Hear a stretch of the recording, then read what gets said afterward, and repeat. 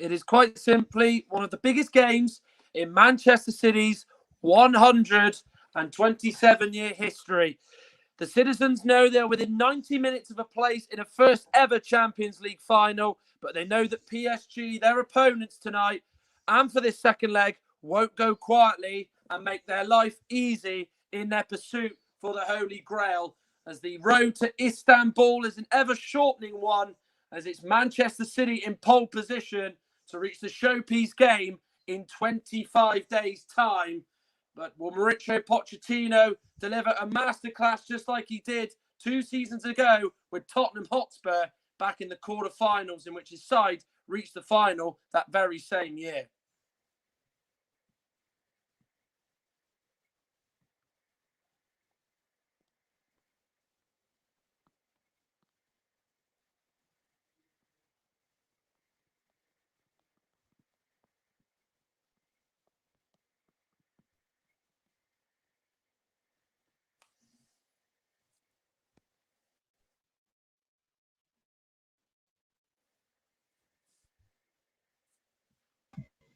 We appear to have lost Matt for the moment in time, so we'll just bring you the update.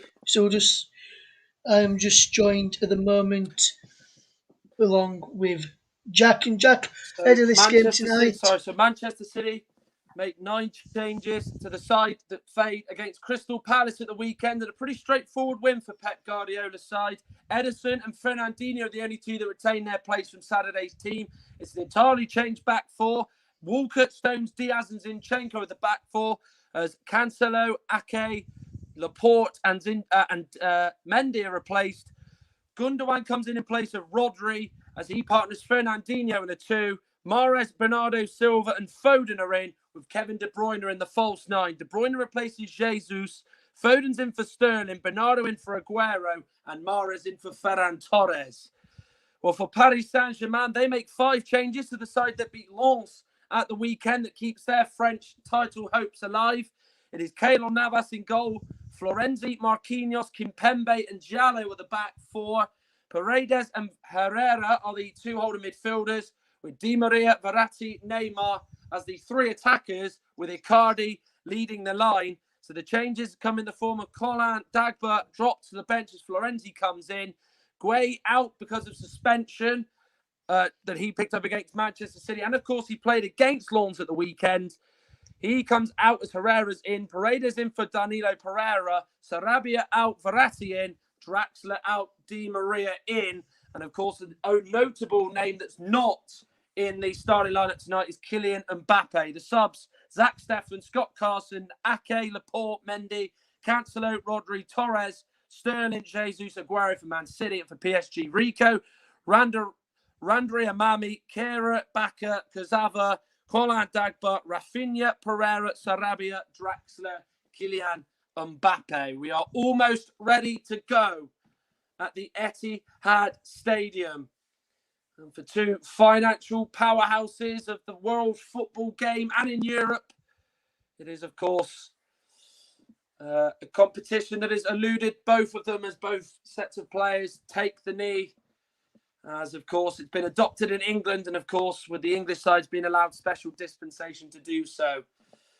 But there is so much talent on show tonight for both sides. It is a game that many a European football fan will be sitting down and taking a note of, as it's PSG that get us underway. And immediately there was a bit of a decision for Bjorn Kuipers, the Dutch referee, to make, as Alessandro Florenzi is on the ground, which is, of course, covered in white because of the hailstones that descended on the ground just before kick-off. It was Phil Foden that went in on Alessandro Florenzi. Zinchenko gives it to Ruben Diaz. It's now time for me to introduce your co-commentator for tonight's game, Jack Cunningham. Jack, this really is an appetising clash, if ever there was one, isn't there? And it's Manchester City against PSG, 2 dominant forces.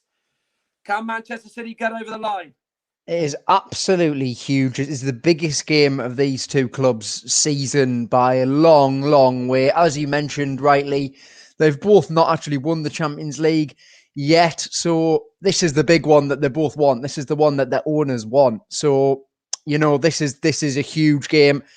I mean, the hailstorm was a bit of an unexpected. I know it's Manchester in spring, but I wasn't expecting that. So that could, you can already see. I saw Mahrez there already lost his footing there, and Fernandinho snapping at challenges there late. So that could play a part as well. I think the big news obviously is no Mbappe. How are PSG going to do without their talisman? Will it maybe free up Neymar a bit more because all the responsibilities on his shoulders? It sure be a fascinating tie. I can't wait to see how it unfolds. Well, let's talk about the players for both sides. You look at Manchester City, Phil Foden, Kevin De Bruyne, and Ilkay Gundogan, Diaz, just to name a few. They've got a squad full of stars. PSG, Neymar, Di Maria, Marquinhos, Icardi are the star names in their lineup. You could even make a case for a lot of their players as well. But of course, that one name that we so often want to see is Kylian Mbappe, as Marquinhos looks to try and find Verratti early on. Here's Neymar. First touch for him tonight. Looks to try and find Florenzi on that right-hand side, but it's an overhit ball which goes out for a Manchester City throw-in. And the camera's just cut to Neymar. Of course, with Mbappe out of the team tonight, Jack, it has meant that the responsibility has fallen even more heavily onto Neymar's shoulders. When the pressure does sort of go to Neymar on these real big games, he can deliver, and we have seen at times that he can't deliver. He is a player that really does have to do it tonight for PSG, doesn't he? Yeah, I think if they're going to have any chance, he's the one, isn't he, really? And you can already see he's trying to get on the ball early, but that's 2 passes now he's given away already. So is that going to be an indication of his game? And if so, you can't imagine it ending well for PSG. Here is now Kyle Walker venturing forward into the PSG half. Now to Riyad Mahrez. It's quite a unusual thing to see in very early May that we have got hailstones in the air. Of course, it has now stopped. It did sort of just happen around about an hour and plus before kickoff. And of course, it has just left its mark on the pitch as Abdou Diallo tries to play it down the line, but it's blocked off Riyad Mahrez for a PSG throw. 3.5 minutes in. It is Manchester City 0, Paris Saint-Germain 0 in a game you're listening to on Football Commentary Live, the home of alternative commentary. And I spoke about last week how there could be an all UEFA Europa League final. We could be having an all UEFA Champions League final with, of course, Chelsea in action tomorrow against Real Madrid as PSG play their way out of their defensive area beautifully. Here's now Angel Di Maria, of course, very familiar to this part of the world, given he used to play for the red side of Manchester. Of course, a man who knows what it takes to win a Champions League final. He was man of the match in the 2014 final as Real Madrid were victors to win La Decima against Atletico Madrid in Lisbon. Here is Neymar to Leandro Paredes. Another Argentinian, one of 3 in the lineup tonight for PSG. Here is Jallo to Paredes once more. Now to Presnel Kimpembe, who seems to have, over the last few years, really made himself a stalwart in this Paris Saint-Germain side. Now Marquinhos, who scored the opener last week in that first leg at the Parc des Princes. Florenzi looks over the top for Di Maria. It's all good for Foden to deal with. Stabs it away. Verratti with the first time ball out to Neymar. He's in the box on that left. Neymar shoots. It's gone off John Stones. Here's Verratti. It is a bright, positive start by Les Parisiens. Now it's Herrera to Neymar. He's been right in the thick of it so far. Verratti tries to give it back to Neymar. It's gone off Walker. Now Di Maria has it in the Man City box. Lining up the shot, does shoot. It's gone off Bernardo Silva. Here is now Jallo. PSG come again. They're just trying to unlock the key in these opening stages. Di Maria goes down under the challenge of Walker. Bjorn Kuipers says no. Di Maria was adamant that that was a foul. I don't know. Sort of just on the corner of the left-hand box there, wasn't it? He did tumble in the box there, to be fair. He did. I mean, to be fair, the PSG, they weren't too...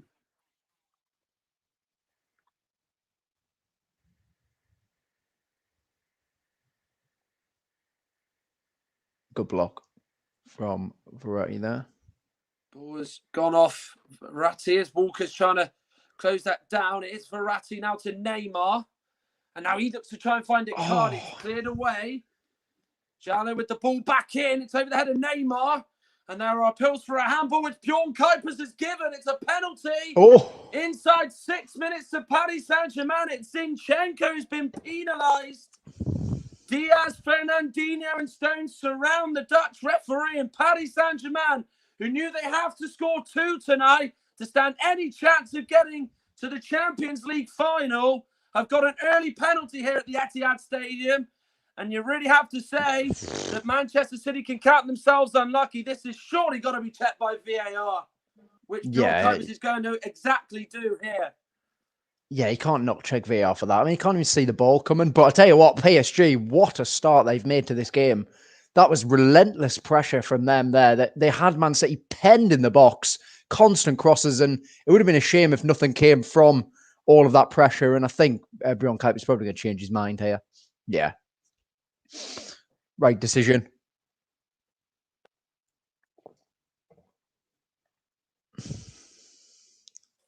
Well, he has absolutely changed his mind. Of course, VAR was brought in for those decisions. But of course, Jack, as we've seen over the course of this season, we have seen some strange handball decisions in the Premier League, all across English football for that fact, and of course in Europe. But of course, Zinchenko, who was penalised at first, has felt the reprieve from the referee, Bjorn Kuipers. But as you mentioned, it has been a very fast start by Paris Saint-Germain, and it just seems to have rattled Manchester City, doesn't it? Yeah. Couldn't get out. Look at PSG, then easily, I say they easily got. Lovely play by De Bruyne, trying to get away from Kimpembe. That was a really good slight challenge by Kimpembe. When, of course, the defender goes in with a challenge like that and wins it clean, it is a real fantastic sight to see. But it's, of course, a rivalry. Pochettino and Guardiola that has produced some memorable games. Remember the game in the Champions League quarterfinals, second leg 2 years ago at the Etihad when Guardiola was managing Manchester.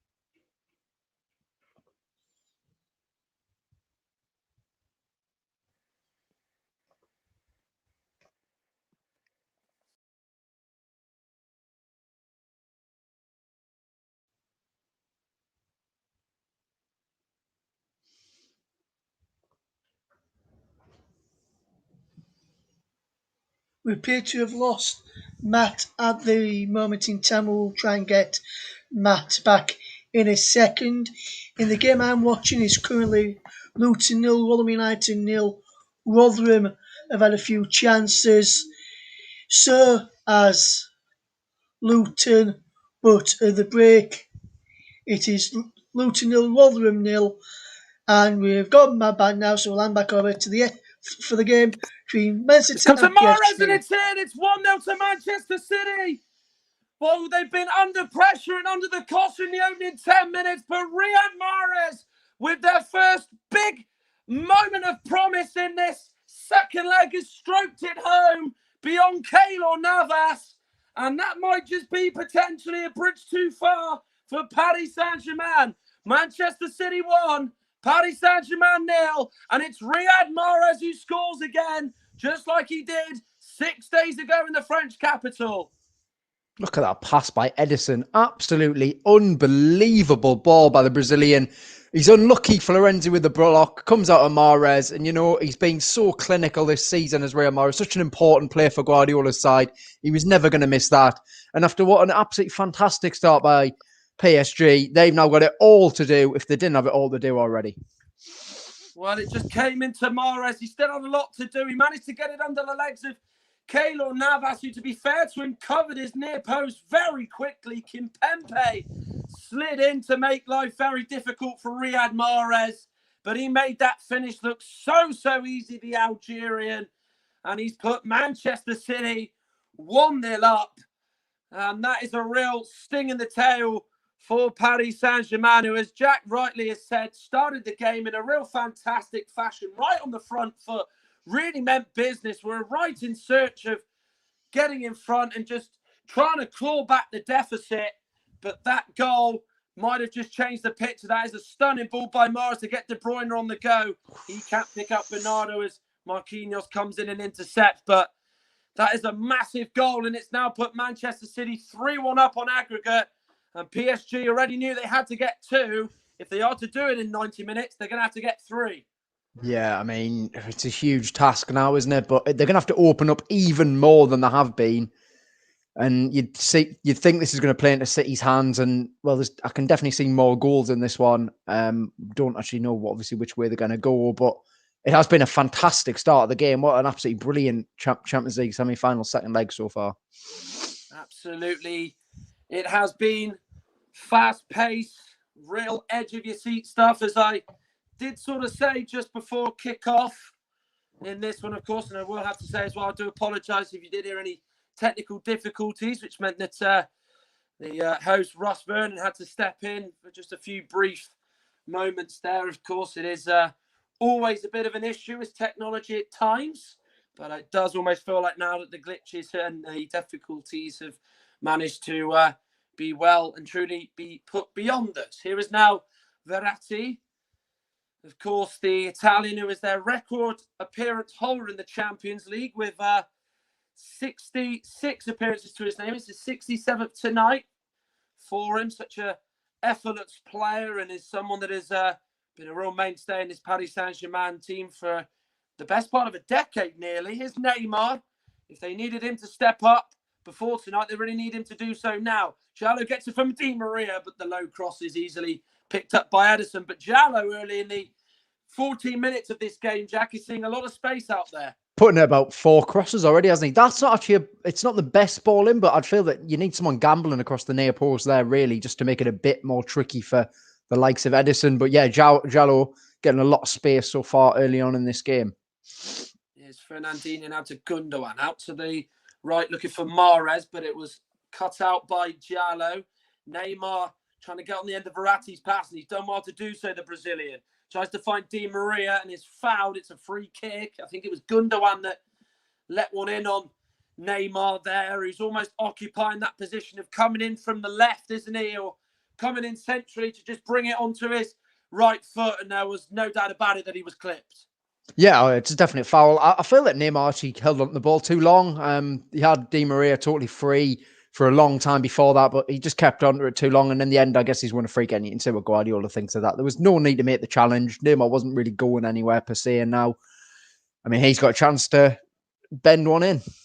Well, Manchester City scored a free kick at the Parc des Princes 6 days ago.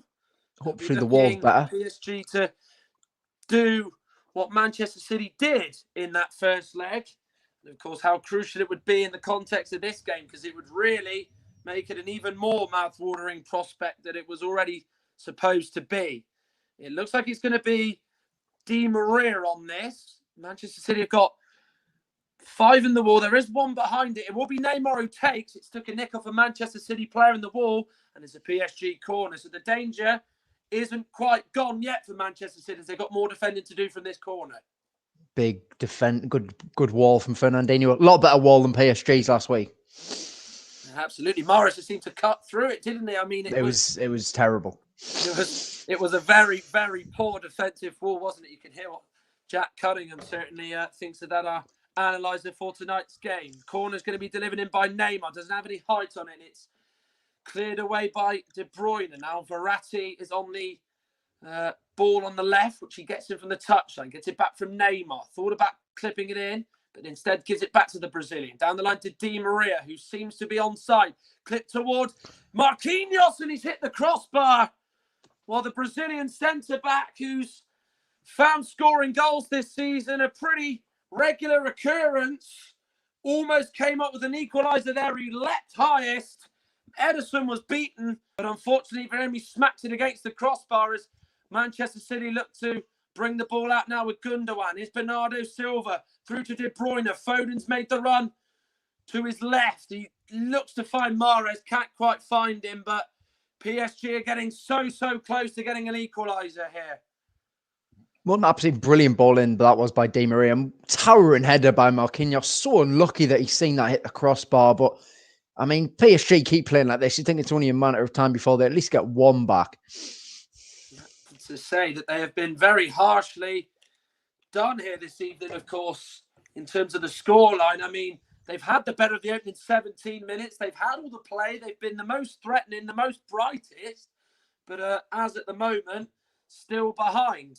And, of course, find themselves now 2 goals behind on the aggregate scoreline, which is 3-1. And, of course, in the second leg, if you are just tuning in, it is currently Manchester City 1, Paris Saint-Germain 0, courtesy of a Riyad Mahrez goal within the opening sort of 10, 11 minutes of this contest.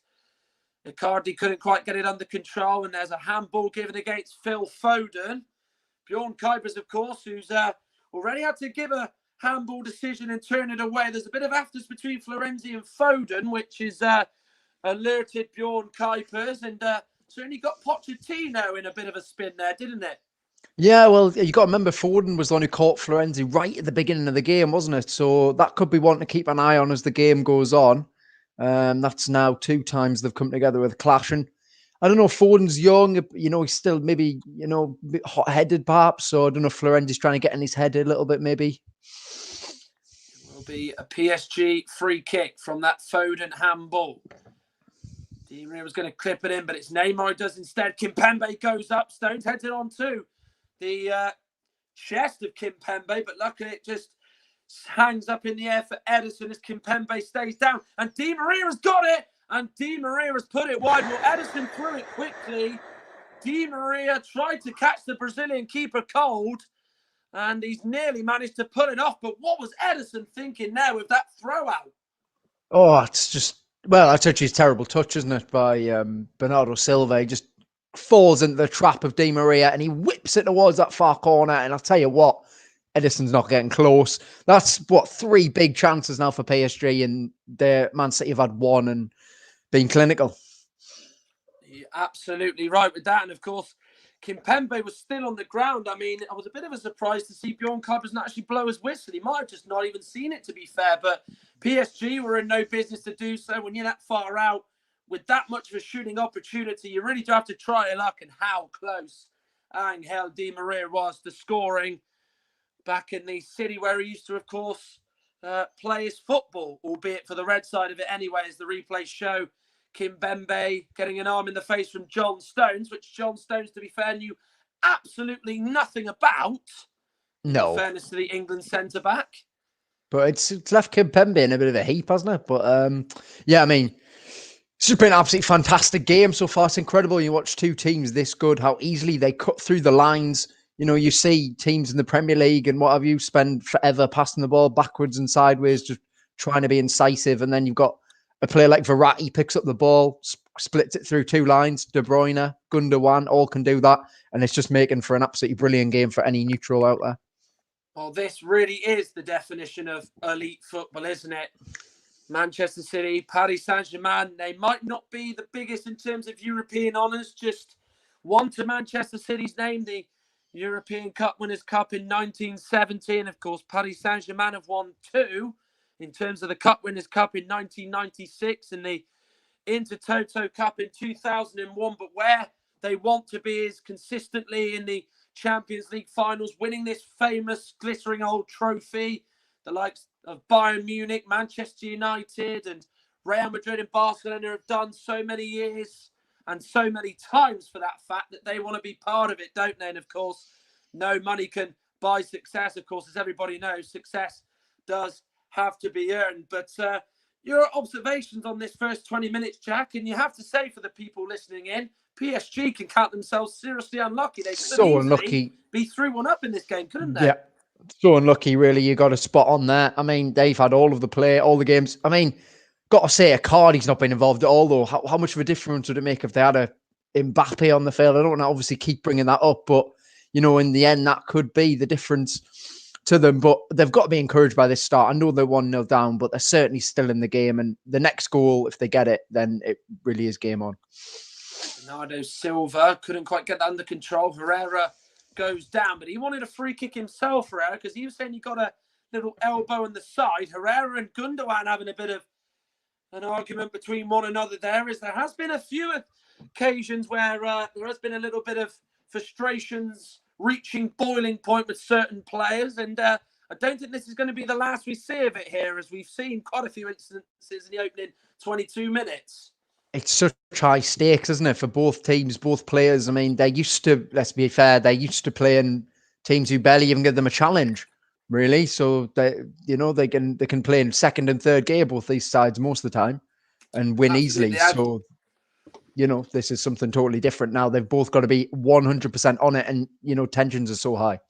Well, they have got to be right at their full throttle, haven't they, against one another, as you've seen early on. Herrera, whilst Jack was speaking, has gone into the book for that. He's absolutely bemused by that. I think his teammates are on the same page with that as much as anything else. But it is Manchester City who get a free kick with Fernandinho going to take. Just sort of elaborating on what you were saying about Mbappe. I think the one thing that is so good about Mbappe, we know about his goal scoring record, how it is absolutely phenomenal. I think it's 37 in 43 at club level for PSG in various competitions. But in terms of his attributes, his pace is frightening. He really stretches defences, doesn't he? Whereas Icardi is a natural born finisher. He won't run off a attacking midfielder, will he? Like what Mbappe will do.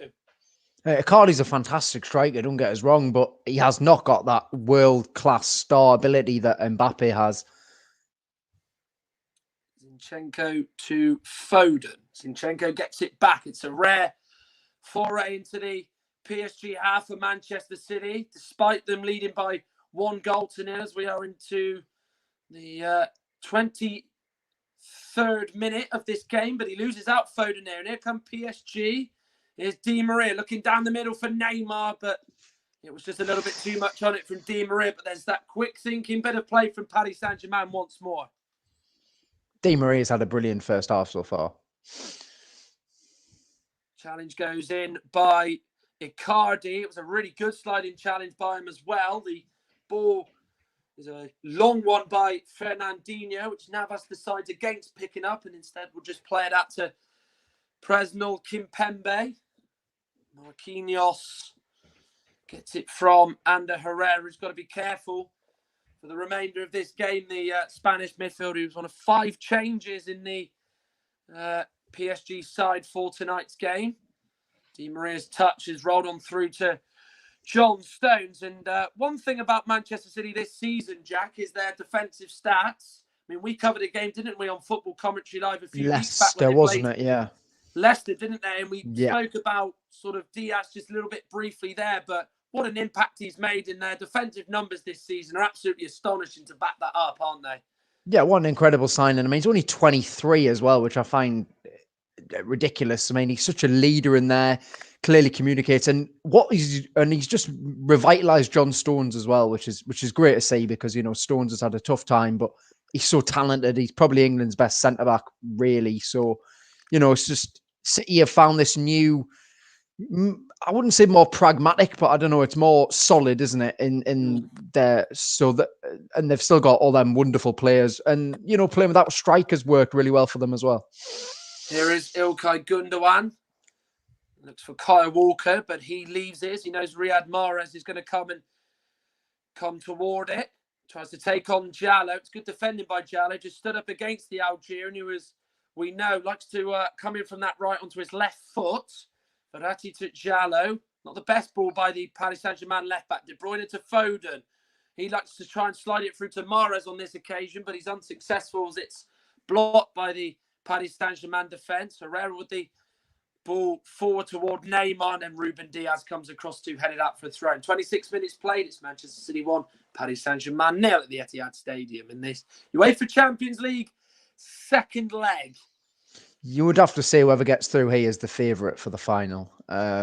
Both of these sides, in my opinion, of course, are better than Chelsea and Real Madrid. And of course, the final is in 25 days' time.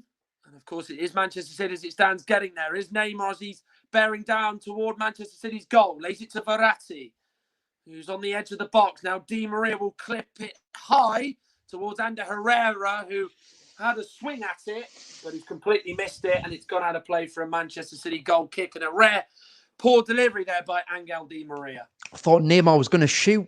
He seemed like he worked the space, got it on his left foot, and then he played a bit of Verratti, and the chance sort of went away. But, you know, that they're still... That move all started with a clever pass through the lines and Herrera was away. So, you know, PSG have still got to be encouraged, but the problem is they are, like, gradually starting to run out of time. 27 minutes on the clock. 18 minutes of this first half to play. Here's Bernardo Silva. Now out on the right to Kyle Walker. Of course, Bernardo Silva played his football in France with Monaco, and of course was a semi-finalist with them in 2017. Foden chips it to De Bruyne. You thought he was going to get a touch to it there, but Florenzi just flicked it away, and then De Bruyne lets it run for a corner, which is a corner down the PSG left-hand side. Crucial intervention by Florenzi. What a delightful ball over the top that is by Foden, and crucial intervention by the former Roma man there. Well, it was a beautiful ball by Foden, wasn't it? It was the audacity for him to even try it. They have gone short from this. De Bruyne with the ball in. It is headed away.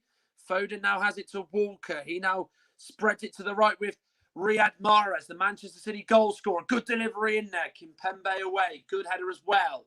Verratti will get that under control. Holds it up with his back toward his goal. And, of course, wins a foul as Fernandinho was just a little bit too keen there to win it off him in PSG's own half, which PSG take quickly from this free kick. Now Neymar driving forward. Walker does well to stand up against the Brazilian and knock it back to Ederson. That was absolutely exemplary defending by Walker there, wasn't it? Kyle Walker may be in his 30s, but he's still got that absolutely daft recovery pace there, because he took a loose touch there, but it just put the afterburners on, won it back, and City come again.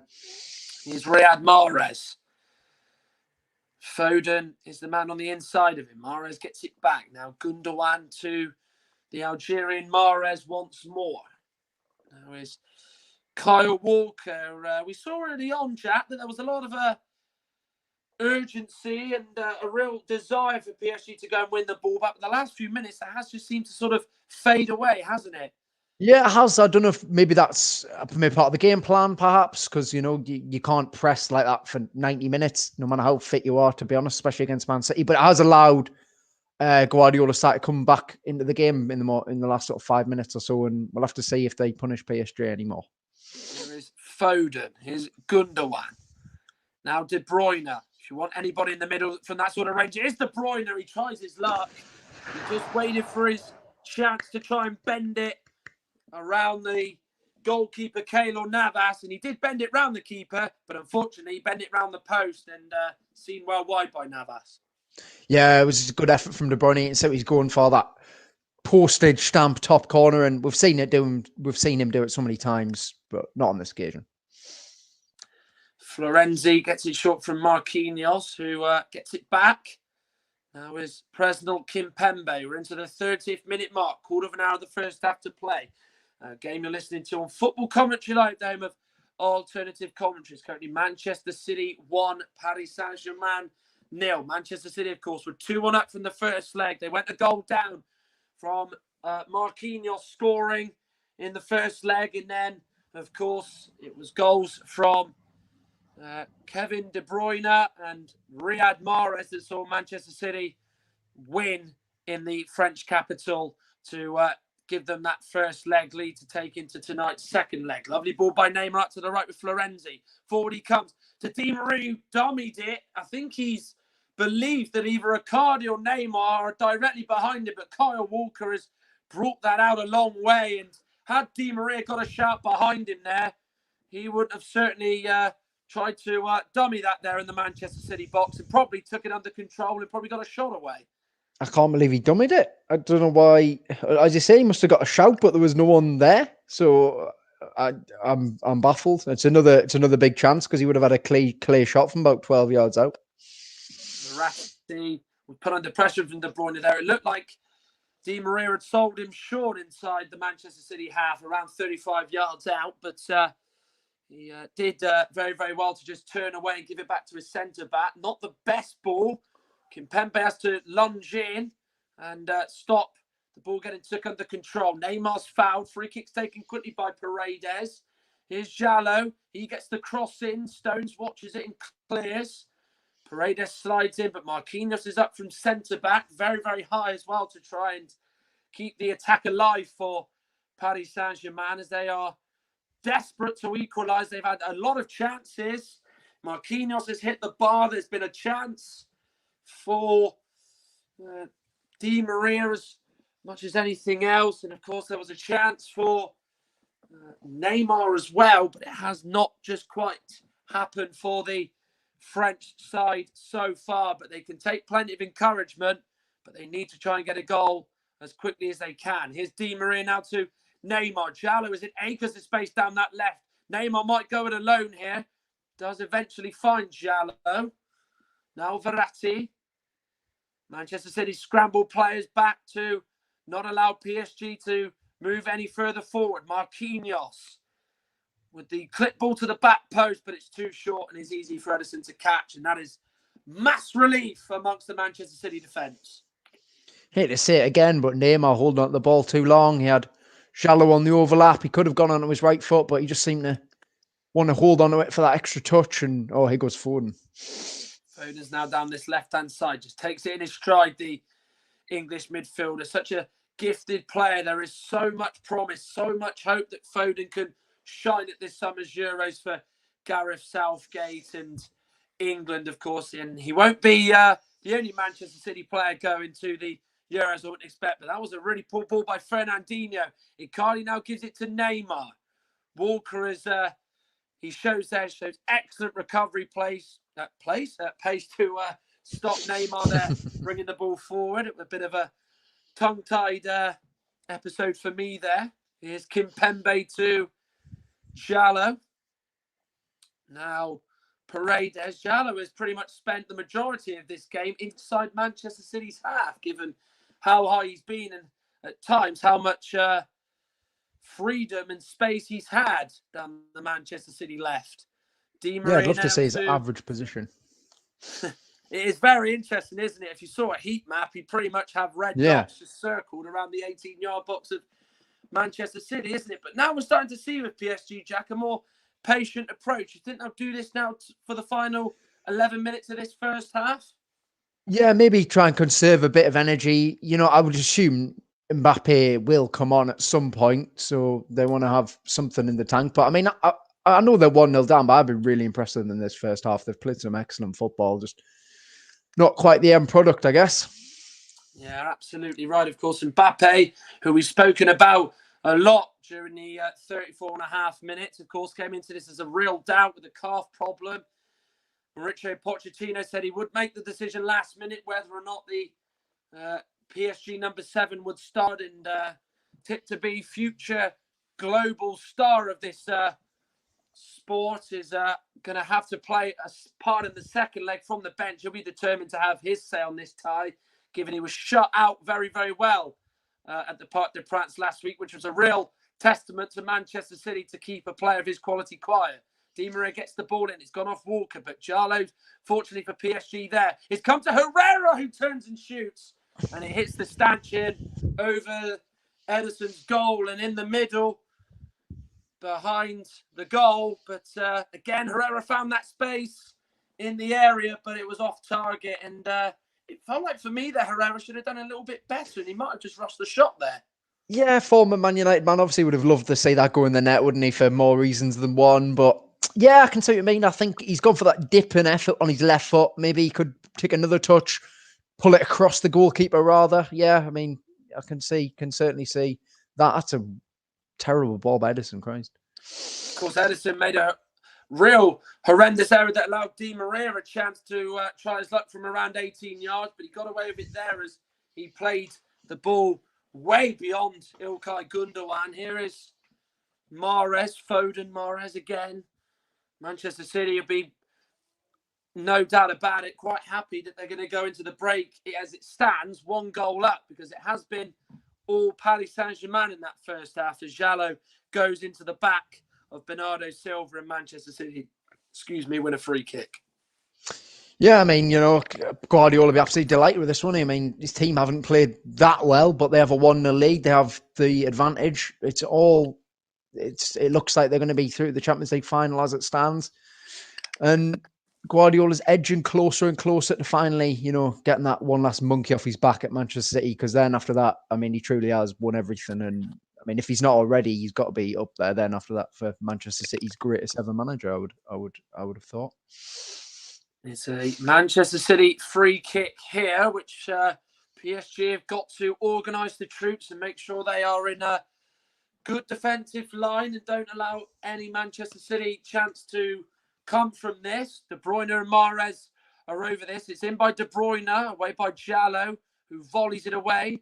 Neymar then nods it down to Di Maria. It's another handball against the Manchester City player. This time, I think it was De Bruyne who was penalised for charging the ball down there. Here is Neymar, skips away from Mahrez. See you later, says the Brazilian, as he now does go into Manchester City's half. Verratti to Paredes. Of course, we've got the second semi-final on Football Commentary Live, home of alternative commentary tomorrow as Chelsea entertain Real Madrid. And then Neymar and Bernardo Silva now wanting words. And I said, after Herrera and Gundogan had a bit of a argument, that it wouldn't be the last. And I've just been proved right there with Neymar and Bernardo having a few choice words with each other. Neymar's so highly strung, isn't he? I mean, Bernardo Silva's not done a lot wrong there. I mean, he's caught him. There was probably no need for the tackle, but what he's done is he's got his reaction from Neymar, and that's probably exactly what he wanted. Well, he does display his emotions rather easily, doesn't he, Neymar, at times? He can throw his toys at the pram, so to speak, in some cases. Di Maria with the crossing, not the best deliveries. Zinchenko with the touch away, but PSG still have possession here with Verratti, who spins away from De Bruyne, now out to the left with Abdou Jallo. Here is Kimpembe, who stayed up from the back. Verratti to Kimpembe once more. Surely got to get the cross in. Does. It's gone off John Stones, and then Walker just smashes it clear as Keylor Navas is going to come a long way from his goal to pick up possession for Paris Saint-Germain. Verratti is an absolutely delightful player. That little flick, that turn there to find the space and then slide that perfect ball through Jallo that just allowed him to come on at first time and get the cross in. I've just been watching him for most of the first half, to be honest, because he is absolutely fantastic to watch.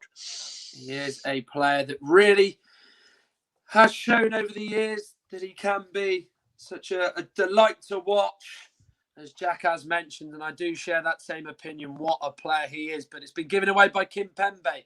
Is a counter-attack on for City. De Bruyne to Bernardo Silva. Just waits for Foden to come up in support. Does find Foden, who's in the PSG box. Mahrez tries to lay it onto the edge of the box to Gundogan, but Paredes knew exactly where Mahrez is going to put that ball. And now Manchester City have won it with Gundogan. He's very tenacious in trying to keep it forward. De Bruyne then knocks it forward to Gundogan. Then Kimpembe bounces it off Gundogan as it goes behind him. Zinchenko now to Mahrez as we're entering the final 5 minutes of what's been at times a real pulsating first half with Manchester City 1 goal up here. Here's Di Maria. He's going to, as it stands, have to do it all on his own. He just tried to poke it through to Verratti. It was rather rushed there by Di Maria there as Kyle Walker comes away, but Di Maria's just got to retain the ball just a little bit longer there, hasn't he? Yeah, Verratti's not Neymar. As we said, he's an excellent player, but he's not the fastest man on the pitch. Di Maria, lack of composure there, really, because he could certainly have held on the ball for a bit longer, and PSG would have had a 3-on-3, really.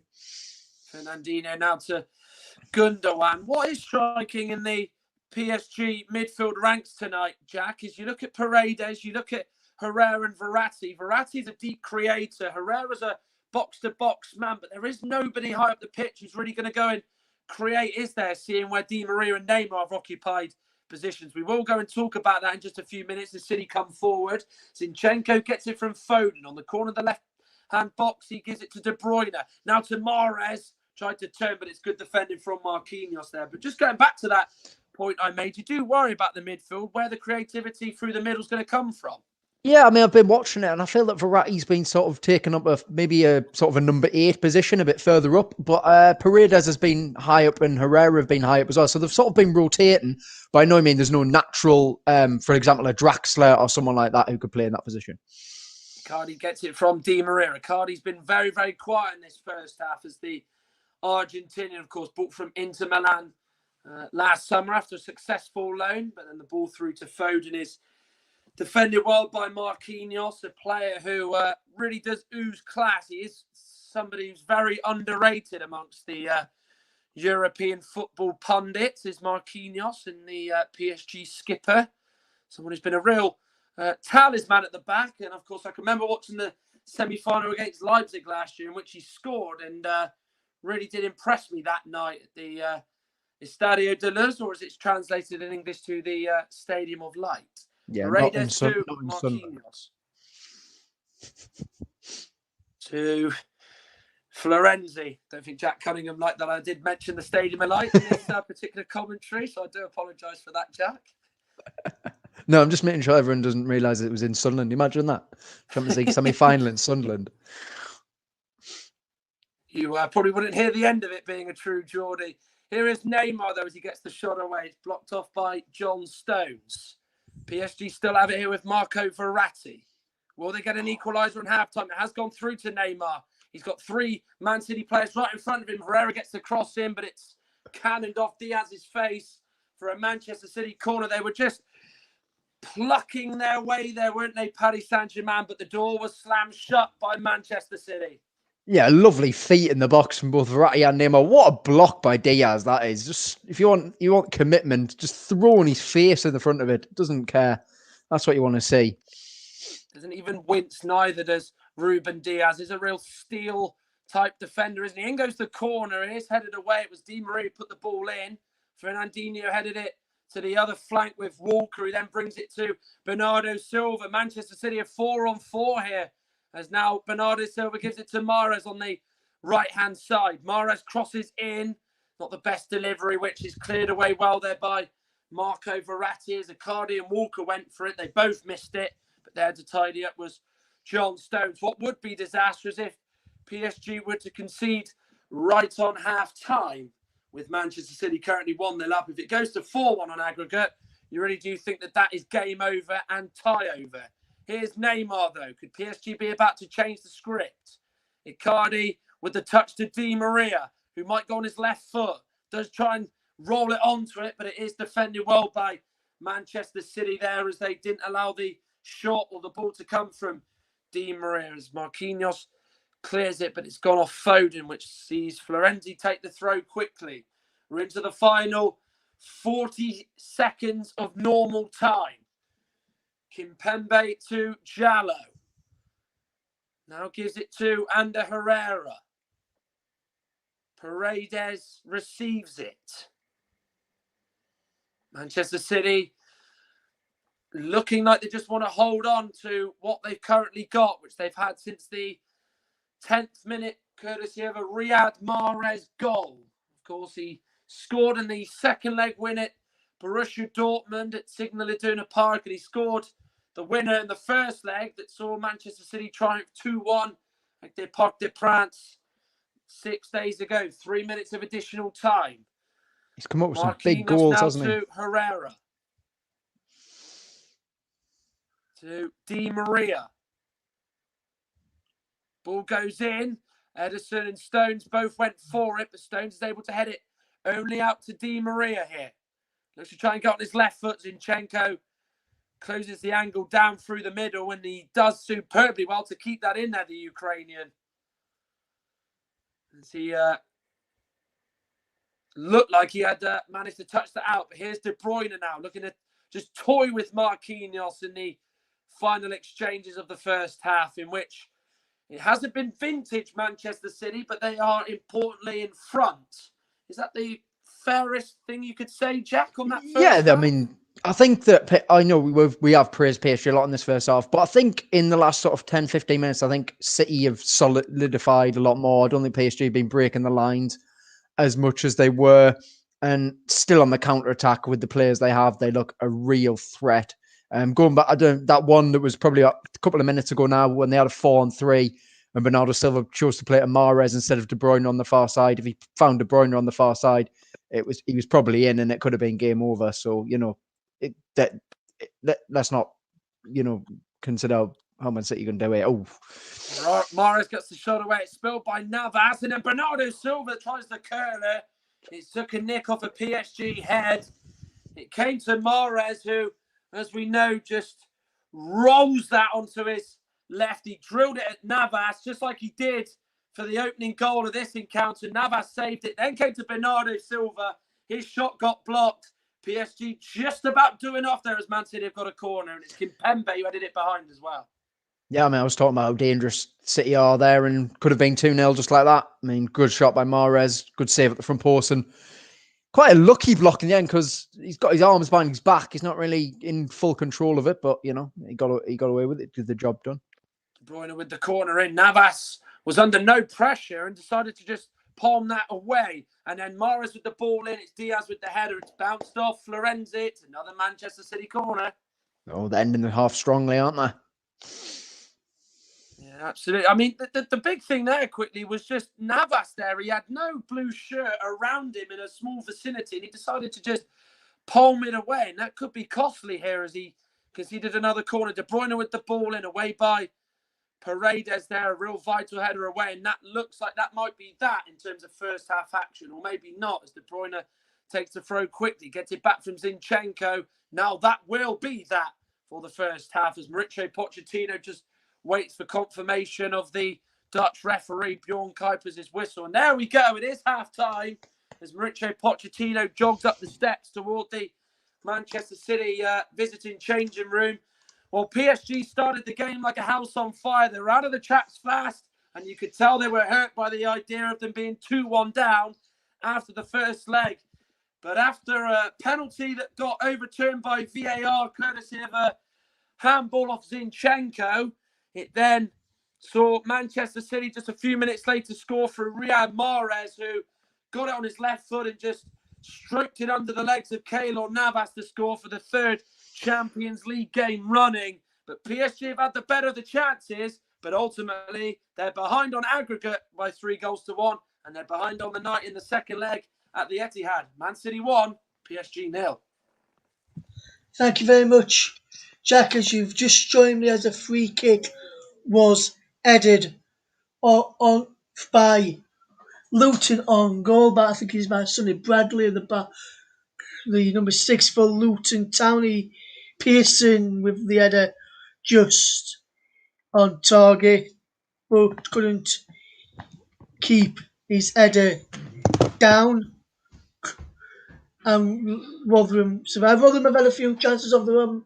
Matt Crooks a few moments ago headed just wide here as the ball is up towards Chiodozie Ogbenny. Well, then the substitutes Fowler Miller's almost getting on that far side as Ben Wiles knocks the ball forward. It's picked up by Lewis Wing over the top for Chiodozie Ogbenny. Can the Millers get a goal here now? So he comes off Sonny Bradley and out for a Miller's throw, which will look to be taken by their right back, who's been playing right wing back today, Wes Harding, and he will look to do one of his long throws into the penalty area. Rotherham having the majority of the possession in the last few minutes. Both teams having the chances. Harding takes it back to Lewis Wing, brings it down on his chest, tries to get it back to Harding, but Luton regain possession. He's hooked clear to Joe Mattock, to not back to his goalkeeper Jamal Blackman, who has done well this evening for the Millers. His goal kick has gone all the way through to Simon Sluga, and it's still 0-0 here at Kenilworth Road in the game, which I am watching for you all this evening. As the ball is forward again, it comes off the head of Richard Wood, falls kindly for Luton, and a strike comes in from the edge of the penalty area, well over the bar there in the end from Adebayo after Richard Wood's header was picked up by Keenan Dewsbury. All who has done fantastically well so far this evening in this championship game for Luton. He's been the standout player as Rotherham will look to fight and stay in the division. Luton are looking, if they get a point, will be finishing in the top half. I think it's the highest they've ever done in their history in the championship. We'll be fetching in our summariser from the Man City game very soon to get his reaction to the first half, in which Manchester City are leading by a goal to nil and 3-1 on aggregate. Fantastic commentary so far by the duo that we have got on show today, Matt Iles and Jack Cunningham. Will be getting their thoughts on the game in a few moments as we watch Luton come forward over on the far side into the penalty area. Michael Ekwa does well to get the ball clear. Ryan Giles can't pick it up for the Millers, and now it's out wide for Luton with Ray. As we bring now to Pearson. Now it's with Dewsbury all onto the edge of the penalty area. A strike from the edge of the box is just wayward there from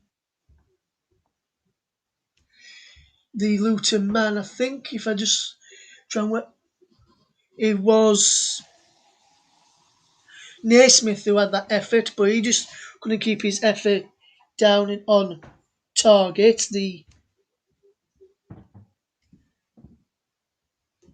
Millers are still joined by 0-0 in this game, and the Millers will be wanting to hopefully get a positive result to go into the final day against Charlton with relegation fears in their hands and survival in their hands. It could still work in their favour today with a draw. I'll tell you how that is the case. Lincoln in League One have put a goal back against Charlton Athletic. It is still Charlton 3, Lincoln 1. You'll see the scores going across the bottom of the screen very, very soon from the other matches being played today, including the Luton Town game. We've got Mike's comments in. He says, Ray Morris is the best winger in the Premier League. He was class last week. Looks like he's continuing it tonight. We will try and get the thoughts of Jack in just a couple of minutes. Well, that is half time in the Man City game. There's the scores going across the bottom with the news if it's full time or still latest scores. Without FT on the side, it is still latest scores. We have got Jack back as Luton win a throw over on that far side, and to fetch Jack in for a moment here as we turn our attention back to the game which we are covering, focusing on here on Football Commentary Live tonight. And Jack, looking on that first half, what did you make to the first half, and who would you think the happier of the two managers would be at half time?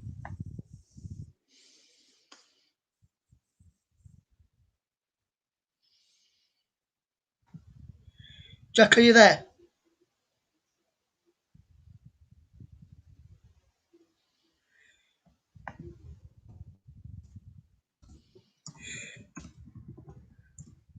With a few technical difficulties, can't hear Jack if he is trying to talk to us.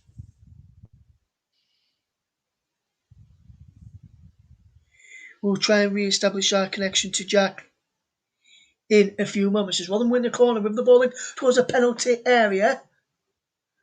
Headed away by Luton in towards been on the edge of the box. Now Luton will lose out to Freddie Ladapo, who came off for Michael Smith. Ladapo also well. Knocks the ball back and is hit forward. Crooks is after this. Forget Sonny Bradley. Will they make Bradley play the ball? He won't as the ball runs out of play. We'll try and fetch Jack back in right now. And Jack, are you there, mate?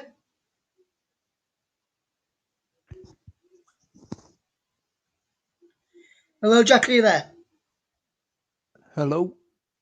You alright, Jack? How you doing, mate? You okay?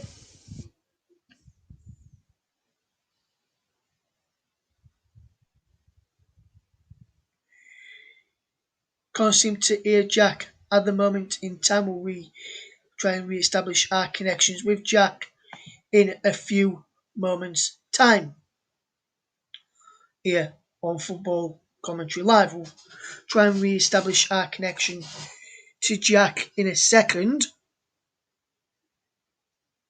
We'll try and re-establish that in a second as Rotherham have a free kick which they'll be looking to take forward here by Blackman up towards Fediladapo, flicks on, and he wins a free kick on the edge of the penalty area, and Rotherham United have a free kick.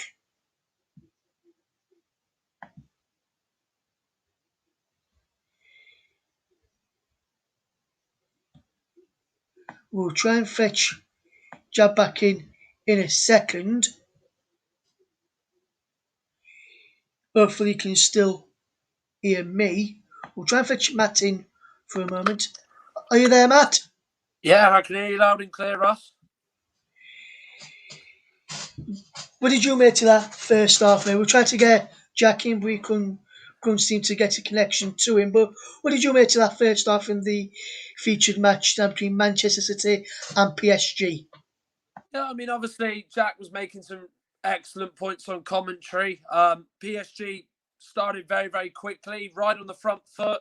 You know, they knew that they wanted to get an early goal just to shake Manchester City up and, you know, say that, you know, we are in this tie. We want to win it just as much as you. And we're hurt that you came to our, you know, ground, if you like, and got a win.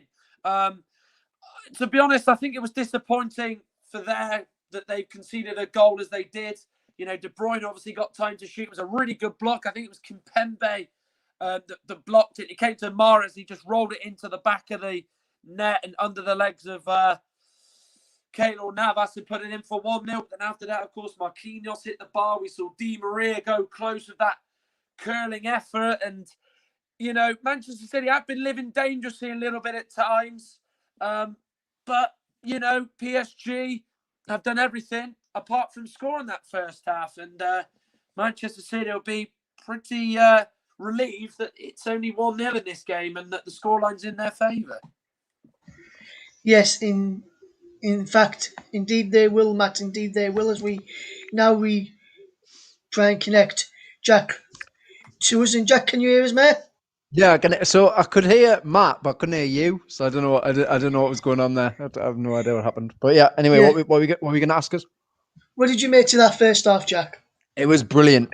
As a neutral, I absolutely loved it. That is what elite football is about. When you're watching the Champions League semi-final, you want to see two amazing teams trying to play through the lines. No one really, like, City are defending, but they're not defending like as a low block as how like a Burnley or a Newcastle would defend against City. They're defending high intensity. They're closing down the space, but also PSG have got the quality to split them open and split them apart. And then City on the break have got Mahrez, they've got De Bruyne, they've got Bernardo Silva, they've got Phil Foden.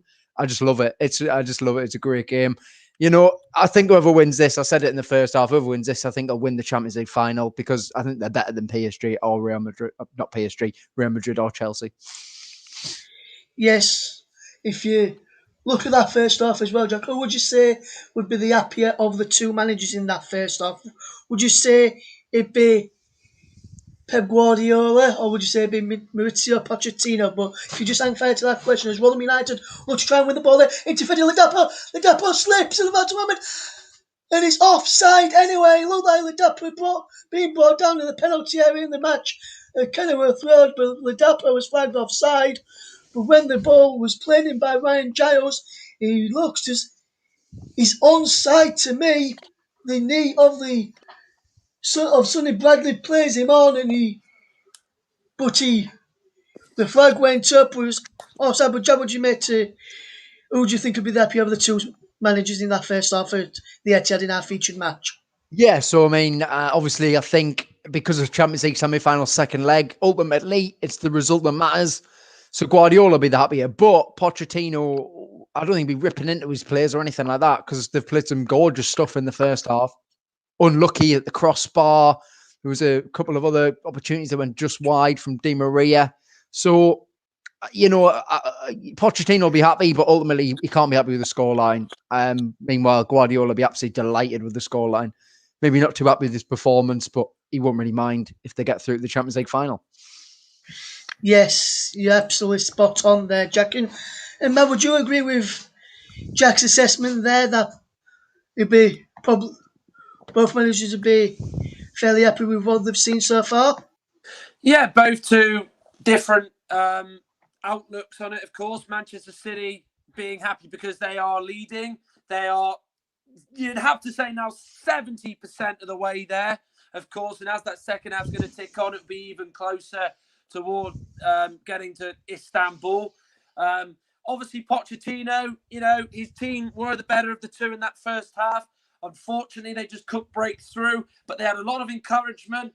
Di Maria for the majority of that first half was looking sharp. I thought, we still haven't really seen the best of Neymar yet. If anybody's going to score, it feels like it's Di Maria. I thought Jalo was really making some good runs for PSG in that first half. But as Jack said, it's a fantastic game to feast your eyes on. And, we wanted some high-octane football from both these great sides that we are seeing, great players and two good managers. And, it's really got the makings to be an absolute classic in this second half. And if it stays 1-0, come the end, I will be absolutely astounded. Let me tell you that, Russ.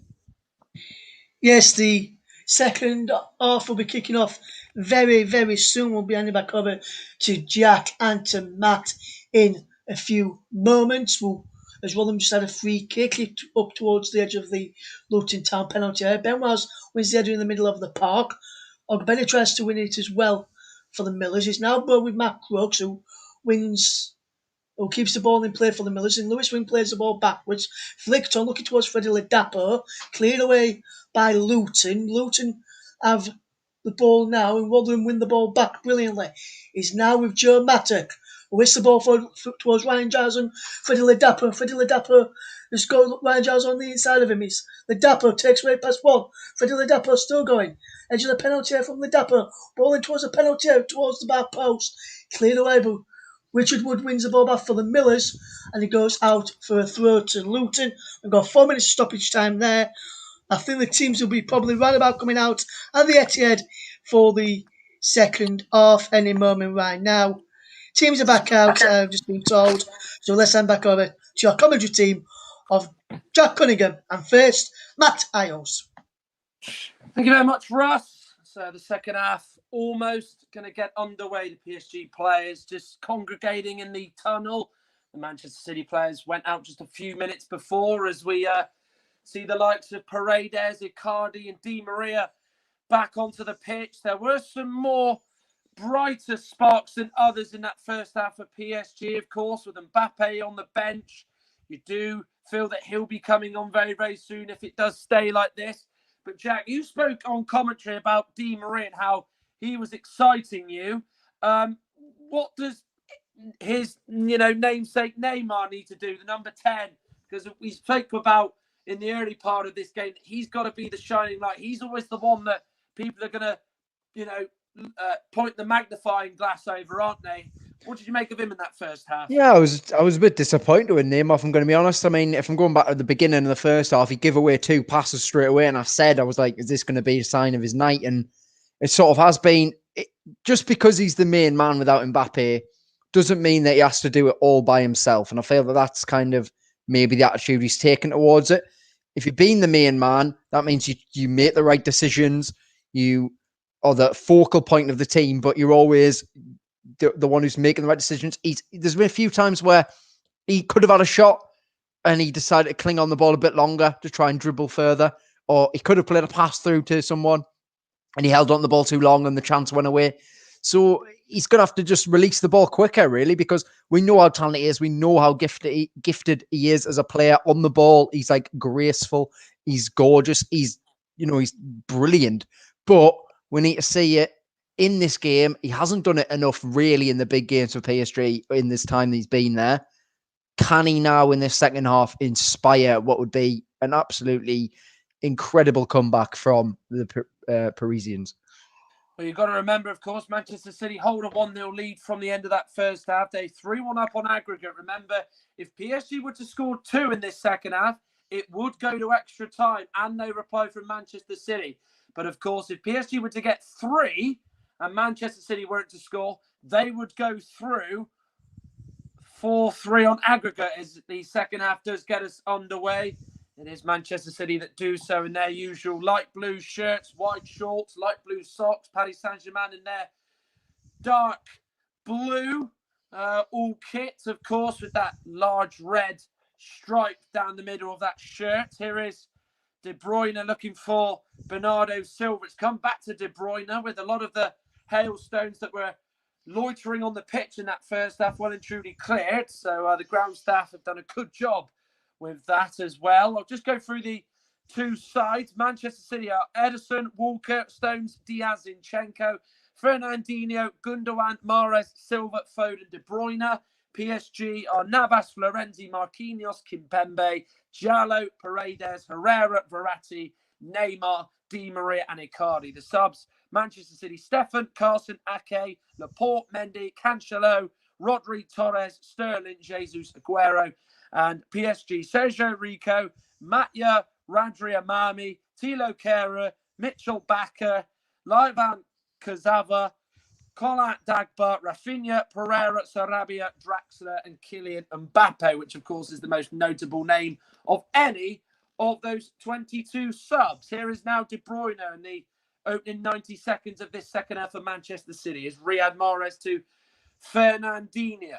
Now to Zinchenko, who's really improved this season, both attacking and defensively as the Ukrainian. And of course, he was signed in Guardiola's very first transfer window as Manchester City manager for 1.8 million from FC Ufa, which is an absolute steal in my book. 2 minutes gone of this second half. Manchester City 1, PSG 0 at the I've been impressed.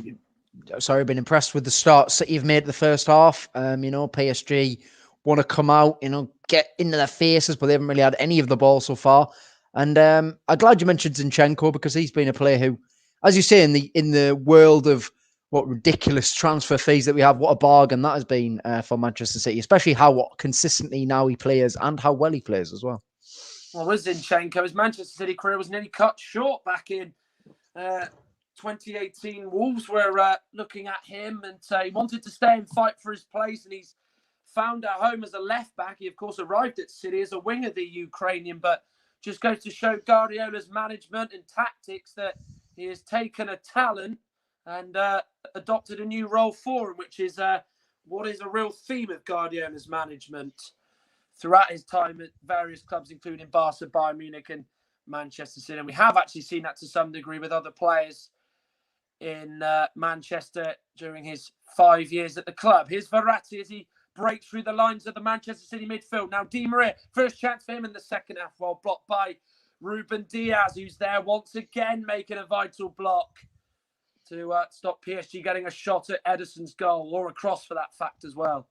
How good was that by Verratti there? The balance, the poise. He had 3 men on him and he just glided through them all. And then he picked out the perfect pass for Di Maria as well.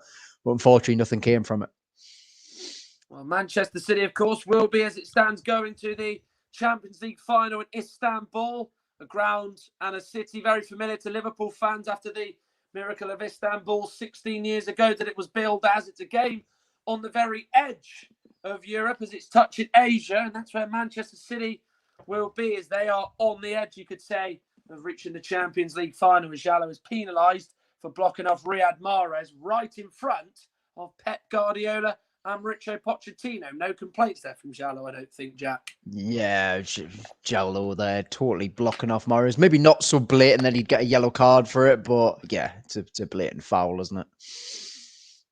So it will be Walker who will take this free kick for Manchester City inside their own half. He looks diagonally for Zinchenko, who he picks out very, very well. The English right back, you think you'd have to say, has pretty much got his berth right back for England pretty much secure, don't you think? It is a position that is up for debate and has been for the last few weeks and months, as Mahrez is fouled by Jallo, who fouls him once again, just as he did around about 30 seconds ago. And if Jallo carries on like that, I think he'll be getting a booking. Yeah, definitely. Yeah, that one's a bit more lucky. I don't know. I feel that he's used his body more so than actually checking him off. But I can see why the referee also give it. But yeah, but Jallo, definitely, that's 2 fouls in very, very quick succession. Made a foul in the first half as well. 3 fouls to his name. Still no booking for Abdou Jallo, of course, who arrived from Borussia Dortmund nearly 2 years ago now. A man who, of course, began his career in France with Monaco before venturing with Germany into the likes of Mainz and Borussia Dortmund, as I did mention. Here is Kimpembe bringing it forward. Now just plays it along the floor to Abdou Jallo.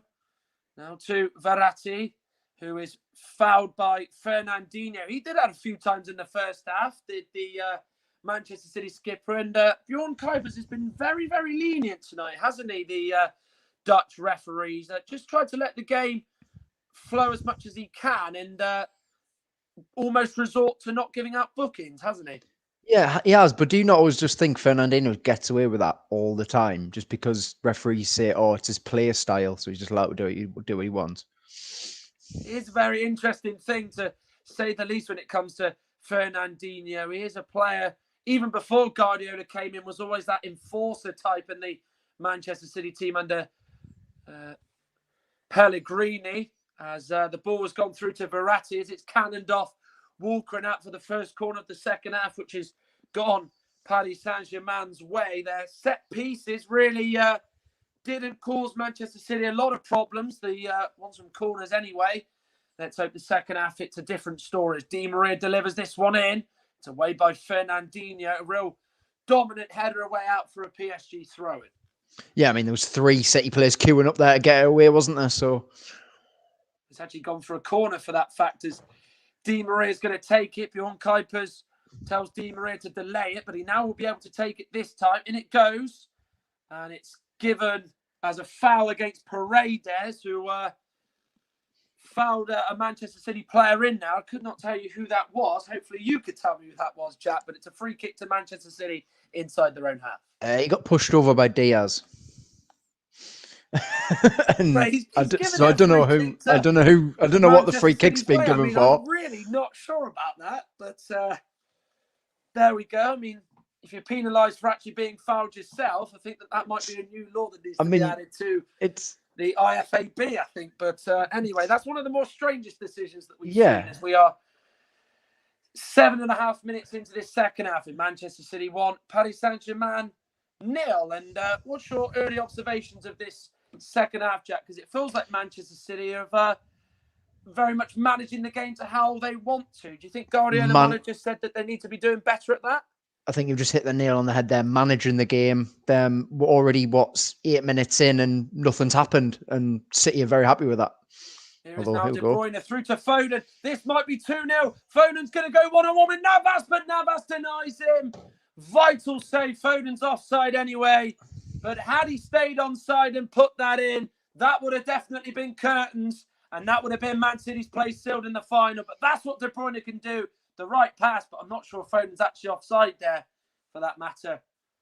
No, it looked very close. I mean, we obviously would have seen on VAR, but in the end, it doesn't matter. And I guess the point Foden has to do there is stick it away and then worry about VAR after that. So he should have scored. I mean, don't get us wrong, it's a brilliant save, but one-on-one, that much time, that much quality that he has.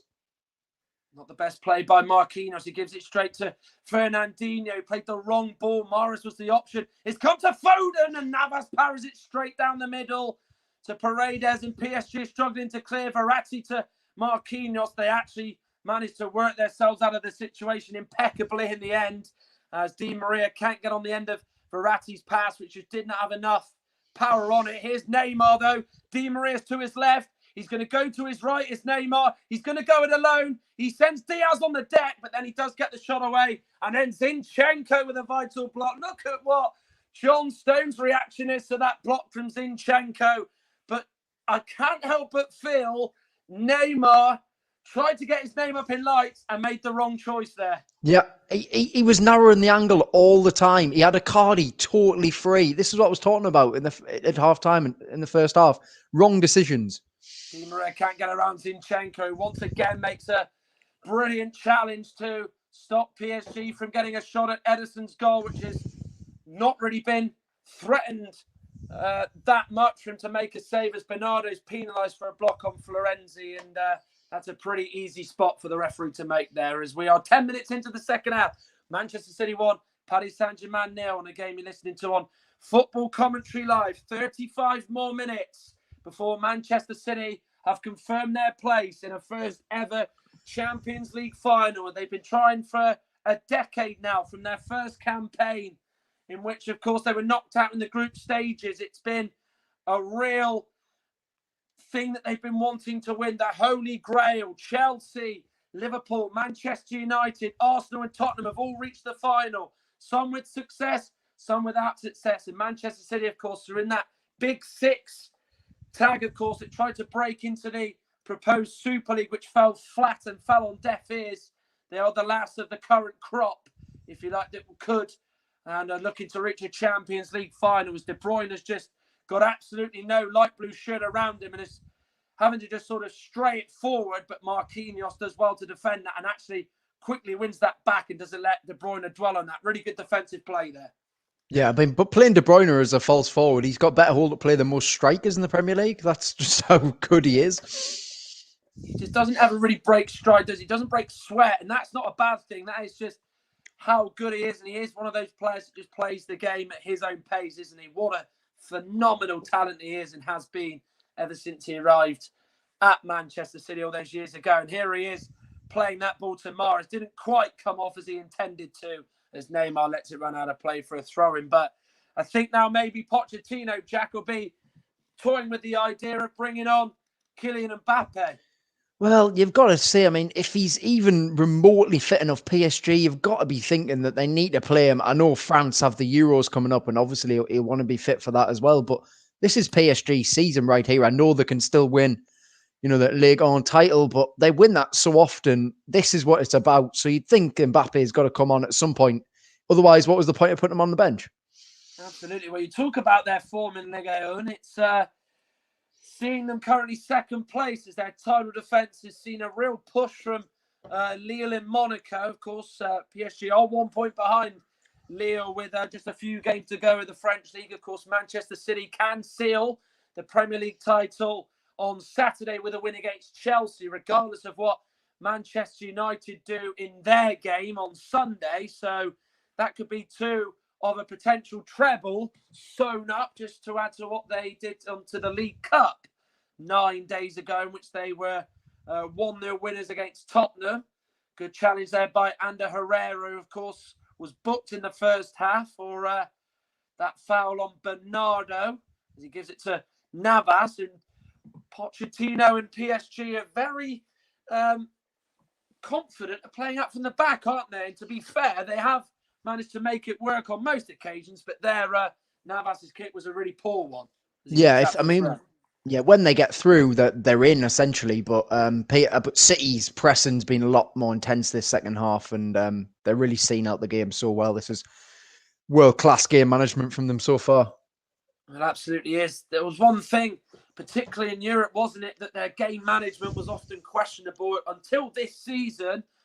Guardiola had not taken a Manchester City side through to the semi-finals, as Mahrez has put his hand in the face of Ander Herrera. I think went down rather theatrically, and it's one that Tom Daly would have been quite proud of there as PSG take that free kick quite short inside their own half. Is Navas, a man who actually has never lost a two-legged semi-final that he's played in, which is an absolutely astonishing feat, isn't it?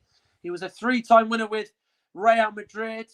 After winning it 3 years on the bounce from 2016 to 2018, he was a semi-finalist with Paris Saint-Germain last year before they were beaten by Bayern. So his record in this competition is outstanding, but is at the moment been put on the line as they've got half an hour now plus to salvage this in their favour, with time seriously running out against Les Parisiens.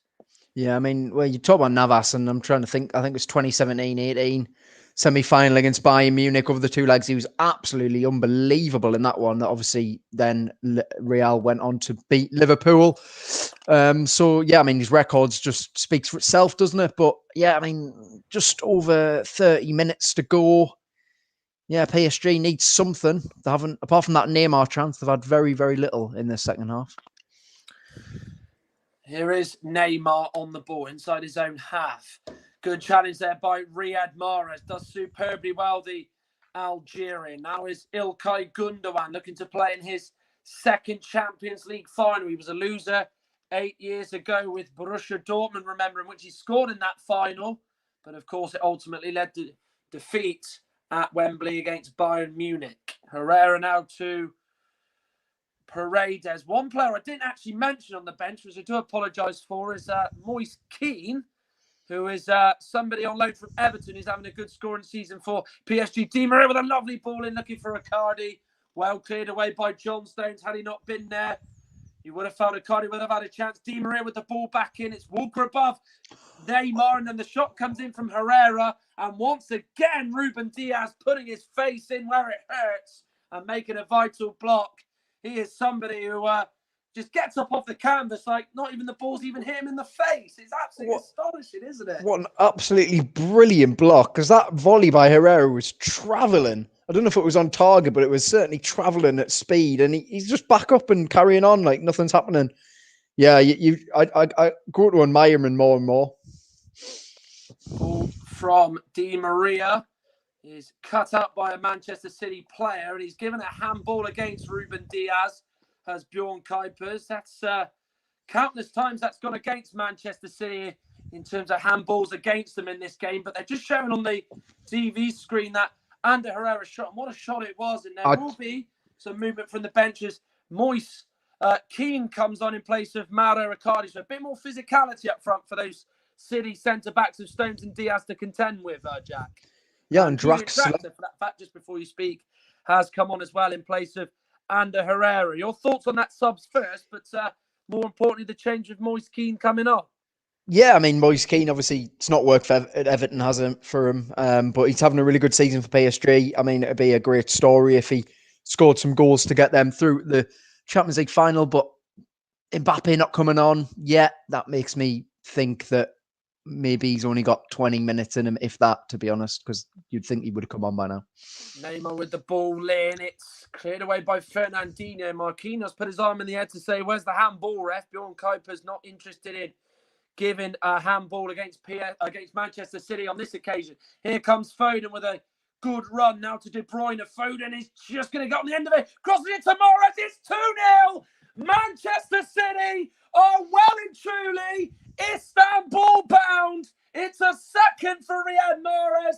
His third in this tie. What a devastating counter-attack. It's 2-0 and they are on their way to a first ever UEFA Champions League / European Cup final. Manchester City 2, Paris Saint-Germain 0.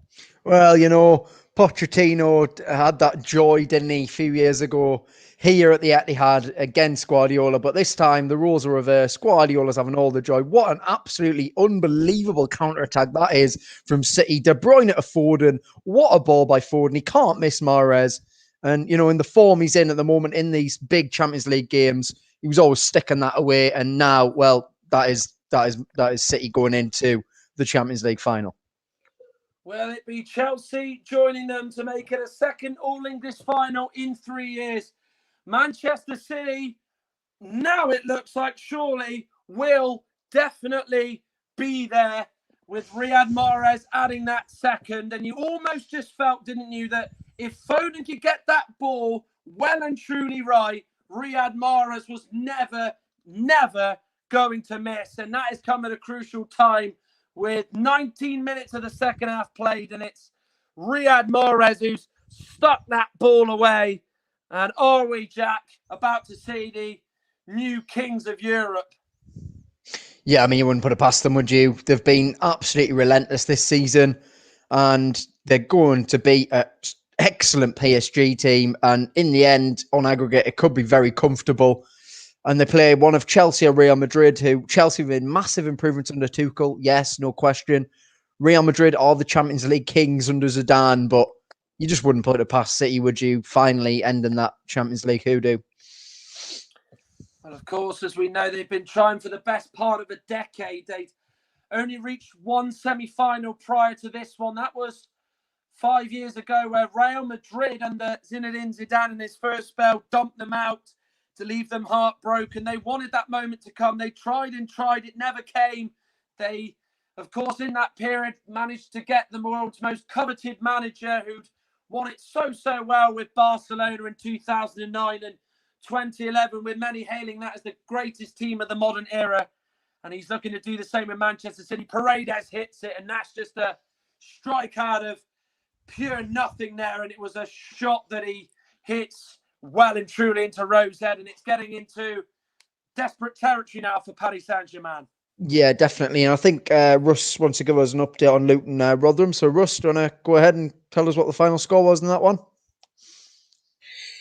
I will do, Jack. Thank you very much. He finished Luton Town 0, Rotherham United 0, and Rotherham's bid for Championship survival is out of their hands after they drew a blank at Kenilworth Road this evening. Both teams had a fair share of chances, and Luton thought they'd win it in stoppage time when Bradley headed on, but there was a foul on Jamal Blackman inside the penalty area. Rotherham had the chance as well. Matt Crooks, Lewis Wing, and Michael Smith all going closely. Dapper thought he was in when it was just before the second half started, but his flat ball went up for an offside after Giles played him in. Rotherham's now needs to go to Cardiff on Saturday to get a win, or they will be relegated to League One. Derby, no, all they need to do is get a draw against Sheffield Wednesday. If Sheffield Wednesday win and Rotherham win, Rotherham United will stay in the Championship, and Derby and Sheffield Wednesday will be relegated. But survival for Rotherham is out of their hands as Rotherham United draw a blank at Kenilworth Road. Luton Town 0, Rotherham United 0. Thank you for that, Russ. Yeah, thank you for that, Russ. Of course, the Championship final day at 12:30 with Rotherham Wednesday and Derby in the mix to go down. Only two of the three can go that are involved. Ball in by Florenzi, cleared away by Diaz as Russ was given his full-time match report on the events that happened at Kenilworth Road. Julian Draxler had a shot blocked by Ruben Diaz. That's not the first time that's been said tonight. Here's Draxler now to Florenzi. Good delivery in there, just a little bit too high for Moise Keane. And then Kyle Walker just heads that behind for a corner, taking no chances there, as it's the French side who've got a corner with Di Maria looking to take it down this left-hand side, as he's got a few men to aim for in there, the Argentine. He whips it in there. Once again, it's Diaz there to head it away. Foden now to De Bruyne. Florenzi just wanted it a little bit more there as he's playing sort of keep ball amongst himself. And then Mahrez tries to play it through to De Bruyne, but it's gone out for a throw and then out of play for a Paris Saint-Germain throw. But Ruben Diaz has been an absolute rock, not just this game, but this season for Manchester City. And he's got to be going down as signing of the season, hasn't he? Because we talk about how much of a difference Van Dijk is making. Di Maria is going to be sent off, and Paris Saint-Germain's night has just been made even worse. He retaliated with a flick toward Fernandinho, who went down. You almost felt that was something that was always brewing amongst a PSG player. It's happened with Di Maria, which has forced Pochettino to come onto the pitch and calm him down. Bjorn Kuipers shows a red card to Angel Di Maria, and Paris Saint-Germain are imploding here in Manchester. Yeah, PSG are a wonderful team, aren't they, with fantastic players, but they do come across as spoiled, don't they, when it's not going their way. I mean, what is the need for that? It's so stupid. Why has he done that? There's a VAR. Everyone can see it. There's cameras there. There's no need for it. He's just stood on Fernandinho's foot, kicked out at him. It's a blatant red card. He can have no complaints. And PSG are going to go another season without a Champions League. But they don't help themselves with, you know, you look at the first goal they conceded. In fact, both the goals they conceded last week. Gay, I guess Agana Gay getting sent off. This now happening. They don't help themselves in the end, and Verratti needs to be calmed down. I wouldn't be surprised if they get another player sent off, to be honest. Well, there is just that thing that plagues PSG, isn't there? As you rightly pointed out, Jack, for all the talent, for all the money they've spent, for all the quality they've got, they just have those players that have short fuses. And if teams can smell that and sniff it out, when it's going against Paris Saint-Germain, it really does come to the foray, doesn't it? It really comes out in the open. And is it nice to see? Because it is petulant. And of course, it's happened with Angel Di Maria. And what must Mauricio Pochettino be thinking? He, of course, has shown an outside persona to protect his player, but he's got to be inside so angry that an incident like that has pretty much, well, it was hard enough as it is, but that's just made the chances even more worse. And there's Verratti going in on Foden, of course. He's now going to have his name taken, and I think there's going to be a few more bookings flying around towards PSG players from now to the end, isn't there? Well, I mean, I've been praising Verratti for the whole game, but you could see how annoyed he was there. Pochettino had to come on the pitch and calm him down after that red card, and he was literally laughing in the referee's face there because obviously he thinks that Di Maria, well, there's something else going on now. Well, there's Zinchenko who looks to be involved with something. It's something that's probably happened whilst the replay was being shown of the foul from Verratti. Fernandinho is screaming in his face, telling him to calm down. That's the last thing Manchester City needs to be involved in that fracas, isn't it? And Zinchenko's had his name cheaply taken as a result of it. So Bjorn Kuipers is now going to have multiple eyes in the back of his head, isn't he, to try and keep this game intact and to not send off any more players. It's been an unbelievable game of football, but it looks like, now tempers are free, and I hope it doesn't spoil it in the end, and I hope, everything carries on. But, I mean, is that what Foden's complete? Is that what Zinchenko was unhappy about? I mean, really? Paredes did actually put his hand to his face there. Doesn't it, for Paredes? Well, he put his arm on his neck. I mean... Yeah, I mean, VR not looking at that? No, they're not. Plays continued here, and... just to confirm, it's Verratti who's had his name taken. We've seen a booking for Zinchenko as well within that. So PSG really are starting to lose it. And Verratti's gone in on Riyad Mahrez. If he's not careful, he's going to go off. And I think for his sake, he's going to have to be substituted. Now Neymar wants a piece of this. Of course, it feels like PSG players having a little competition amongst themselves to see which player can just get involved in a bit of fracas, because nearly every one of the team has been involved to some degree. How is that not a second yellow card? He's pulled his shirt. He's had a go at him. It's a second yellow card. You can't just excuse it. Oh, he's angry.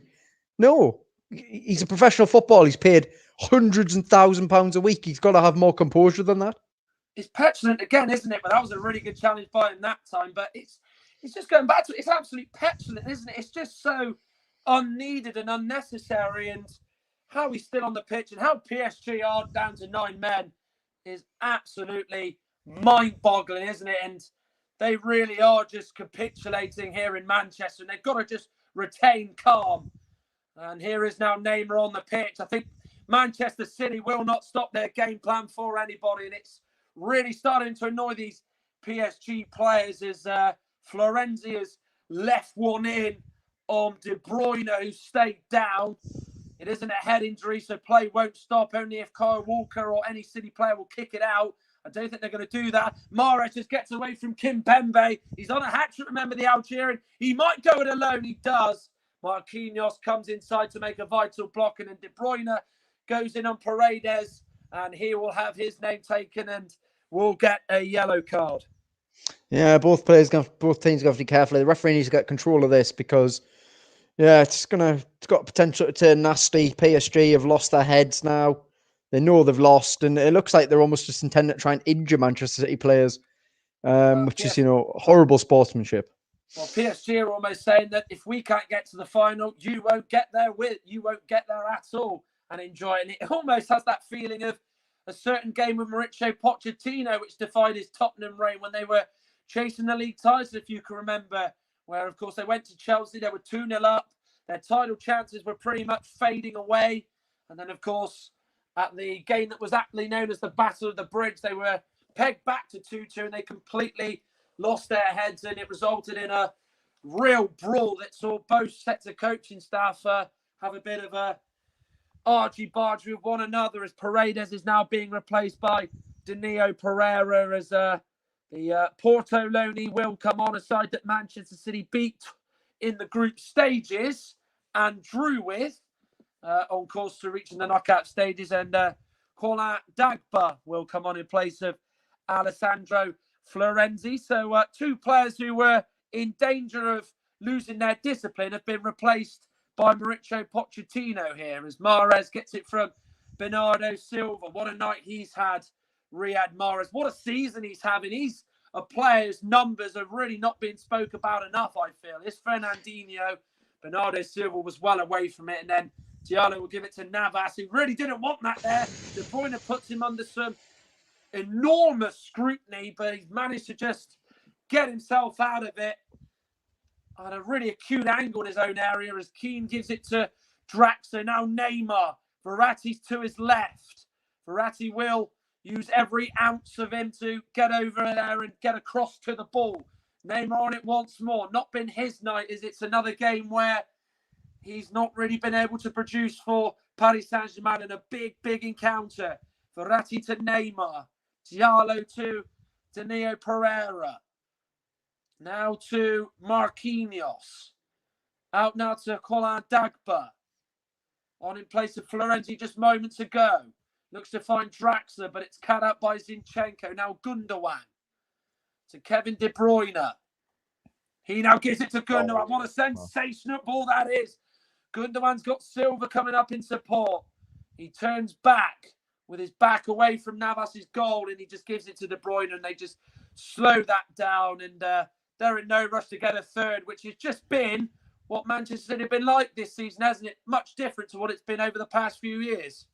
Yeah, it's all about the clean sheet, isn't it? Now you get your 2 goals, then all you've got to do is keep the ball. If the opposition don't have the ball, they can't score. It's as simple as that.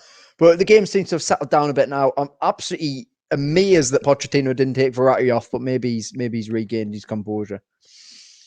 Well, what must he be thinking, Pochettino? He is a man that, of course, was a no-nonsense centre-back in his day, but was also someone who could really retain his control as Foden tries his luck and hits the outside of the post. He just managed to just get that onto his left foot.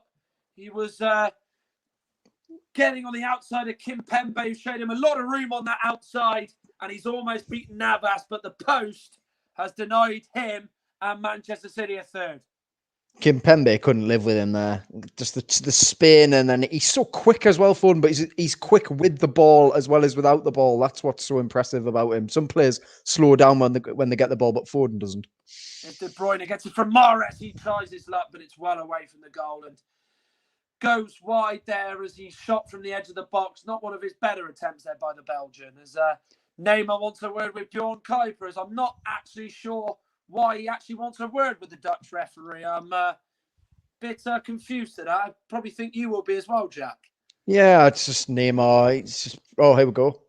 It's Bernardo Silva. It's come off Pereira, and then it's cleared out by the Portuguese midfielder as De Bruyne was lurking there. But PSG in this second half have just not been able to live with Manchester City's press, have they?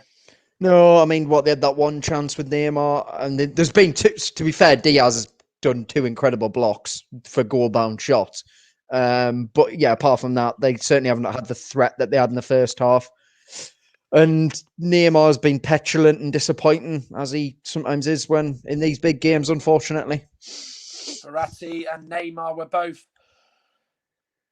acting and circling like a pack of wolves there to the Manchester City right-hand side, as Mahrez and De Bruyne tried that short corner there, as PSG have yet to register a shot on target, which is very unlike them in any capacity, let alone a UEFA Champions League semi-final, as it feels like this competition is going to elude them once again. They, of course, are so desperate to win it with the money that they spent from their Qatari owners and Nasser Al-Khelaifi. It almost just feels like that it's going to just be a bridge too far. Here's Foden, who gets it from De Bruyne. It's on target, but straight at Navas. Rather disappointing from Phil Foden, who's just come out of nowhere to just come alive in this encounter. Is Mahrez in Manchester City want to just put more salt into the PSG wounds and make it an even more horrific night than what it already is for the French side. Yeah, I mean, look at Neymar now strolling around. A lot of the PSG players seem to have lost that will to go and chase. They know the ghost is up, I suppose, but it's always disappointing when teams throw in the towel with well over 10 minutes to go still. Well, there is that element of pride in going down with fight. There's always been within football, isn't it, throughout the generations and throughout the decades, but it does just have that feeling, doesn't it, that PSG's mental state has just hit an all-time low, as they know that it is now well beyond them as we're into the final 10 minutes on the game you're listening to on Football Commentary Live, Dome of Alternative Commentary, with the score at Manchester City 2, Paris Saint-Germain 0. 2 goals for Riyad Mahrez, who's now on the ball and driving it down this right-hand side. Checks back from Verratti, gives it to Bernardo Silva. Now Walker.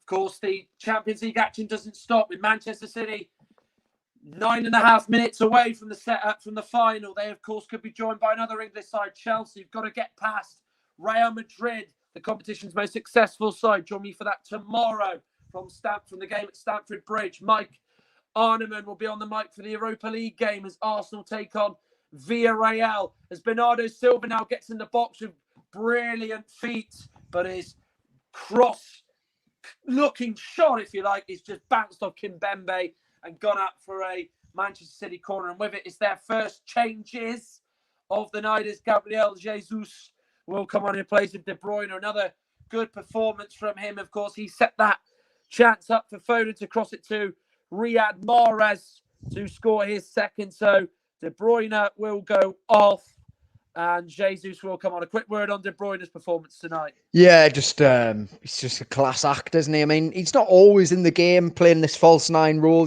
like he's not always on the ball. But I tell you what, in the important moments, he comes alive, and he played that that pass for Foden was perfectly weighted. He could just take it in his stride, and then from there they get the second goal.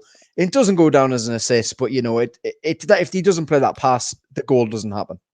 Bernardo Silva off as well as Raheem Sterling goes on. PSG making their final alteration as Mitchell Bakker goes on in place of Abdou Diallo. In this semi-final second leg, we'll see no Kylian Mbappe. And of course, with the scoreline at 2-0 on the night and 4-1 on aggregate, this tie is pretty much dead in the water, isn't it? It's just a case of just keeping it at 2-0 for this second leg. Mahrez's corner is pushed out for another corner by Navas, who's looked very suspect when having to deal with crosses into his box this evening.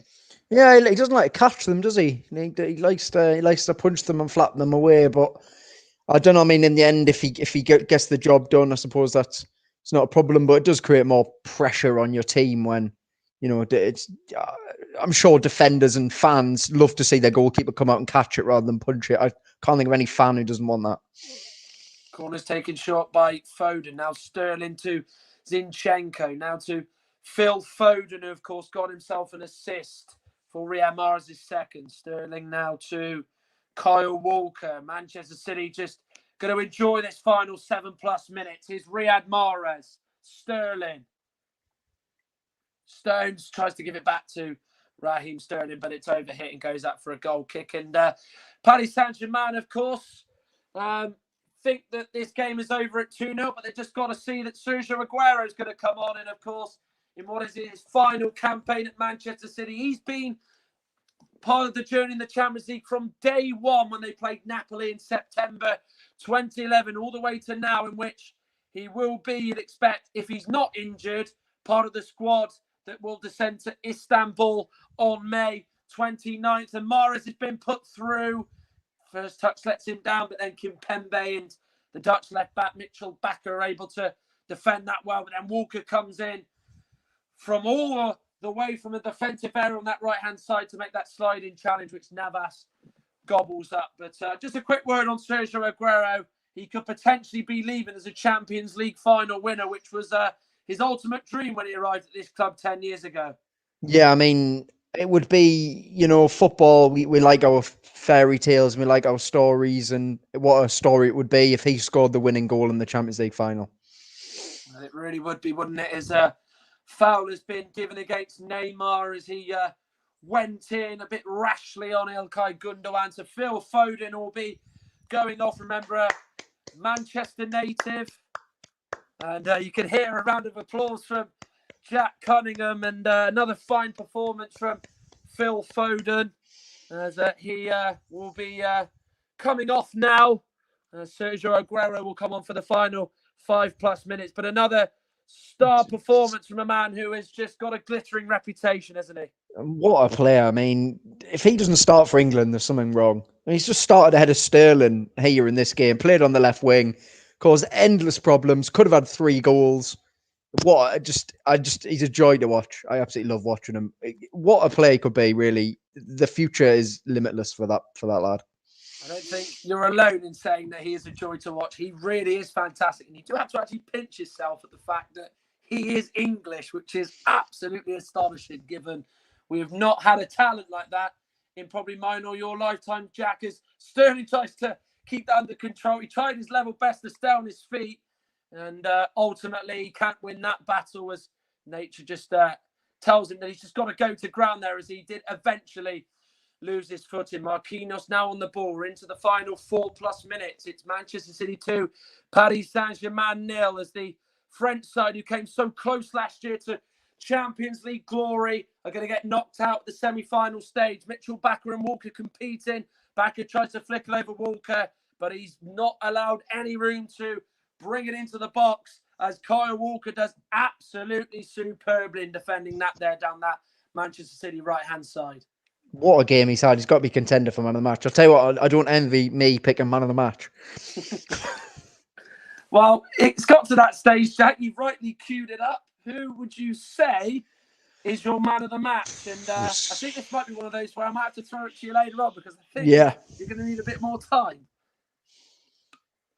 There's a few contenders. I mean, Kyle Walker is probably putting one of his best performances I've ever seen him play, to be honest. Ruben Diaz, as well, has been an absolute rock. What a horrible tackle. Well, that was a wild swing there by Kimpembe, who's shown a yellow card, as he's kept his emotions intact and bottled up, but he just felt that enough was enough, and he had to show that he cared as he went in and completely wiped out Gabriel Jesus, who's gone down on the deck. He'll certainly be feeling that one from that hefty challenge from Kimpembe there. Jesus is lucky he didn't make more contact there, because he could have been seriously hurt with that. There was no need for that tackle. Kimpembe now to Verratti. PSG very, very keen for this game to end. Manchester City don't really probably want to be honest. They're happy to just stay on the pitch another 10 minutes. As they'll just happily keep the ball. Here's Neymar now, the Brazilian, who's certainly been talked about a lot tonight. Not for the right reasons to some degree, as he's just stopped the ball there, just slowing the play down, giving it back to Mitchell Bakker. And that's been a regular theme in the story of his night to some degree as well, hasn't it, Jack? Yeah, I just think he just hasn't lived up to expectations. He seems to want to cling on the ball too long. He's made the wrong decision pretty much every single time. You know, I know he's a world-class player. He's in on goal now. He's just managed to shift away from Walker, who's closing him down, where it's gone into Marquinhos, who can't direct it at goal, and then Ederson keeps it in and just wastes precious time as he just dives on the ball. And there's a little smile from Pep Guardiola as he knows he's close to guiding this Manchester City machine and juggernaut to European glory. Yeah, I mean, that's the word, isn't it? Machine, juggernaut, that's what they are. They are relentless, and they don't blow teams away maybe as much as they used to, but they don't have to. They get their goals, they defend well, they keep the ball, and that's another terrible tackle. Well, Daniel Pereira is now going to have his name taken, so the bookings are totting up. I mean, it is pretty interesting to say that they've had more bookings than shots on target of Paris Saint-Germain, which is something that won't be going down well.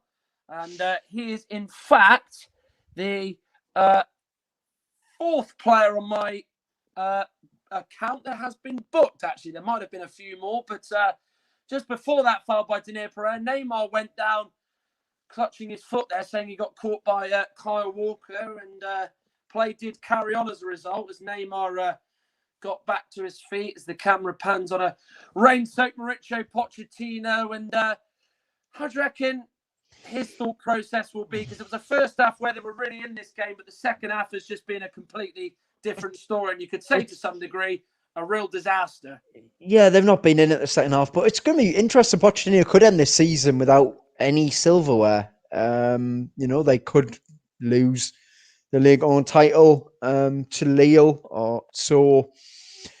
It's going to be a season of rebuilding, a summer of rebuilding, and a summer of reflection. And I'm sure we know how good Pochettino is as a manager. I'm sure he'll have PSG at least in the Champions League semi-final again. I'm sure he'll have them dominating French football again. But he's just trying to find the right balance at the moment, I think. Here is Marquinhos. Now to Moise Kean, who's not really been involved since he came on for Icardi. Neymar with the clipball forward to Marquinhos. Is a really good run from Marquinhos, but then Ederson, his Brazilian international teammate, just closed the angle down at his near post as it's a PSG throw, as Raheem Sterling was reluctant to give the ball quickly to Verratti. There he went to go over to that right-hand side. Neymar was clipped there by Aguero. Still got the ball at his feet. He's trying to do it all on his own as the Brazilian Neymar, as he's been fouled by Fernandinho, who once again has escaped without a yellow card there, as 2 minutes of additional time has been added on. And Paris Saint-Germain potentially here, could get a goal in this second leg and make it 2-1, just like the first leg. Yeah, I mean, before that was much better from Neymar. That floated ball over the top for Marquinhos was gorgeous. And in the end, he's won himself a free kick.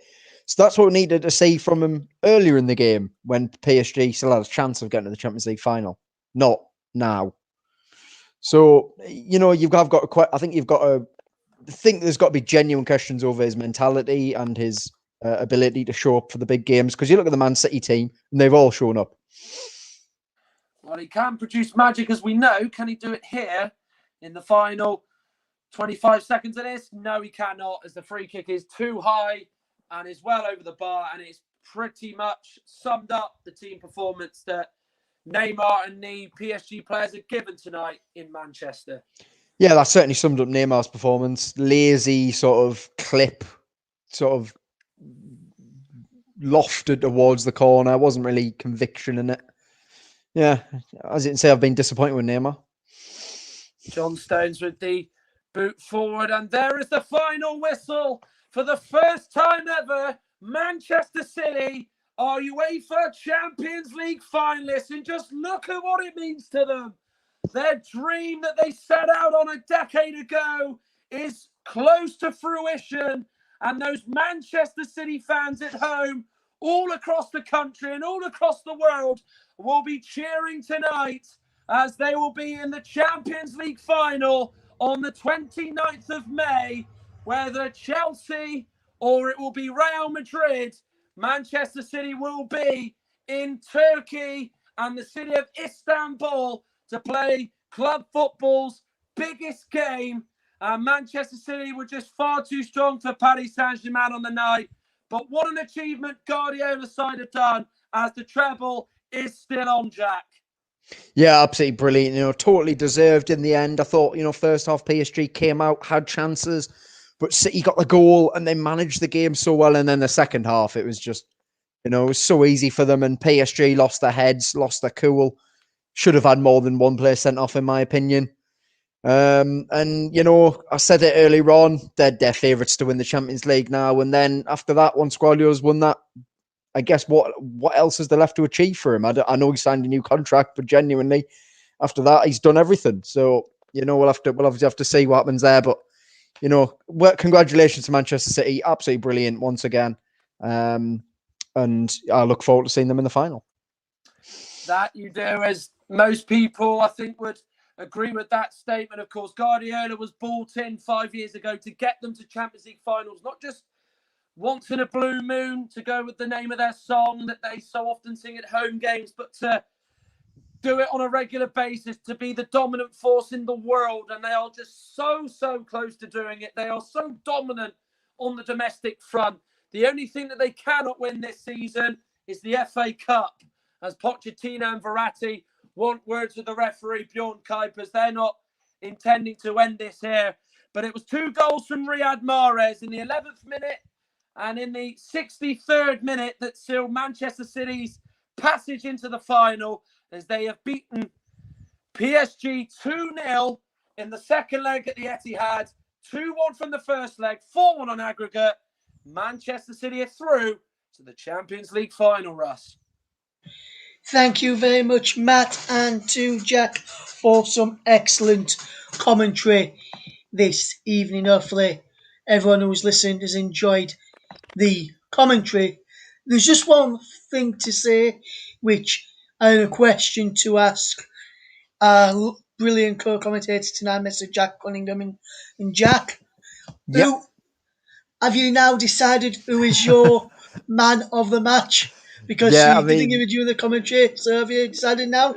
yeah, I needed that extra time, unfortunately. I mean, I'm going to guess that other people would give it to Mahrez because of the 2 goals, but for me, Ruben Diaz. I mean, 3 unbelievable blocks with his face. 2 of them were goal-bound efforts. One of them, he came sliding in, led from the back, shut out an absolutely incredible PSG attack. As I said, I could have definitely given it to Kyle Walker or other City players, Foden perhaps as well, but for me, Ruben Diaz.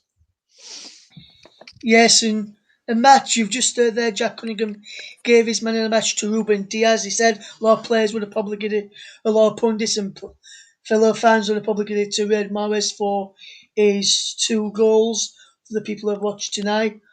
Would you agree with Diaz for man of the match, or would you have gone with, say, Riyad Mahrez for his 2 goals, or someone completely different, Matt? Well, to be fair, I think the 3 players that Jack actually mentioned were probably the 3 standouts for City tonight. I mean, it was a really good team performance, but when you look at individual performances, you really nail it down. There were some real standouts. I thought Kyle Walker, I think Jack got it on commentary, got it absolutely spot on. That's probably the best I've seen Kyle Walker play, not just for Manchester City, but I think throughout his career, because we've seen a lot of criticism be thrown at him for his defending and his positioning, but it's completely improved over the last sort of 10, 12 months, you could say. Riyad Mahrez, what a season he's having. I mean, he's somebody who, we knew could score goals with his time at Leicester, and it's not completely new, but he's just added that at Manchester City to take his game to a different dimension. We've seen, obviously Ruben Diaz get the man of the match, which I'm not going to complain about because I thought he was outstanding. He made 2 blocks of his face, and he just throws himself in the line of fire, so commanding, so authoritative. When you're a Manchester City fan at home and those defenders and Ederson in goal, you just know that there is so much confidence that you have in that man at the back. And I almost felt they never really had that after Company had left them. But obviously, him being in there has just made life so much easier. But yeah, I don't have any complaints on that. And, the players that were mentioned, but it's a special, special night for Man City and a top-notch performance. Yes, and we're going to wrap it up there. Just one quick one before we do wrap it up. Mike said Morris would have been his for his 2 goals and his all-round play. He said he loved the biggest threat, Man City's biggest threat going forward. He said also Zinchenko could have been in the mix too.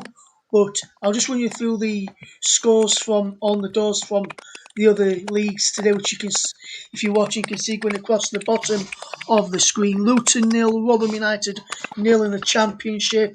Blackpool 2, Doncaster Rovers 0 in League One.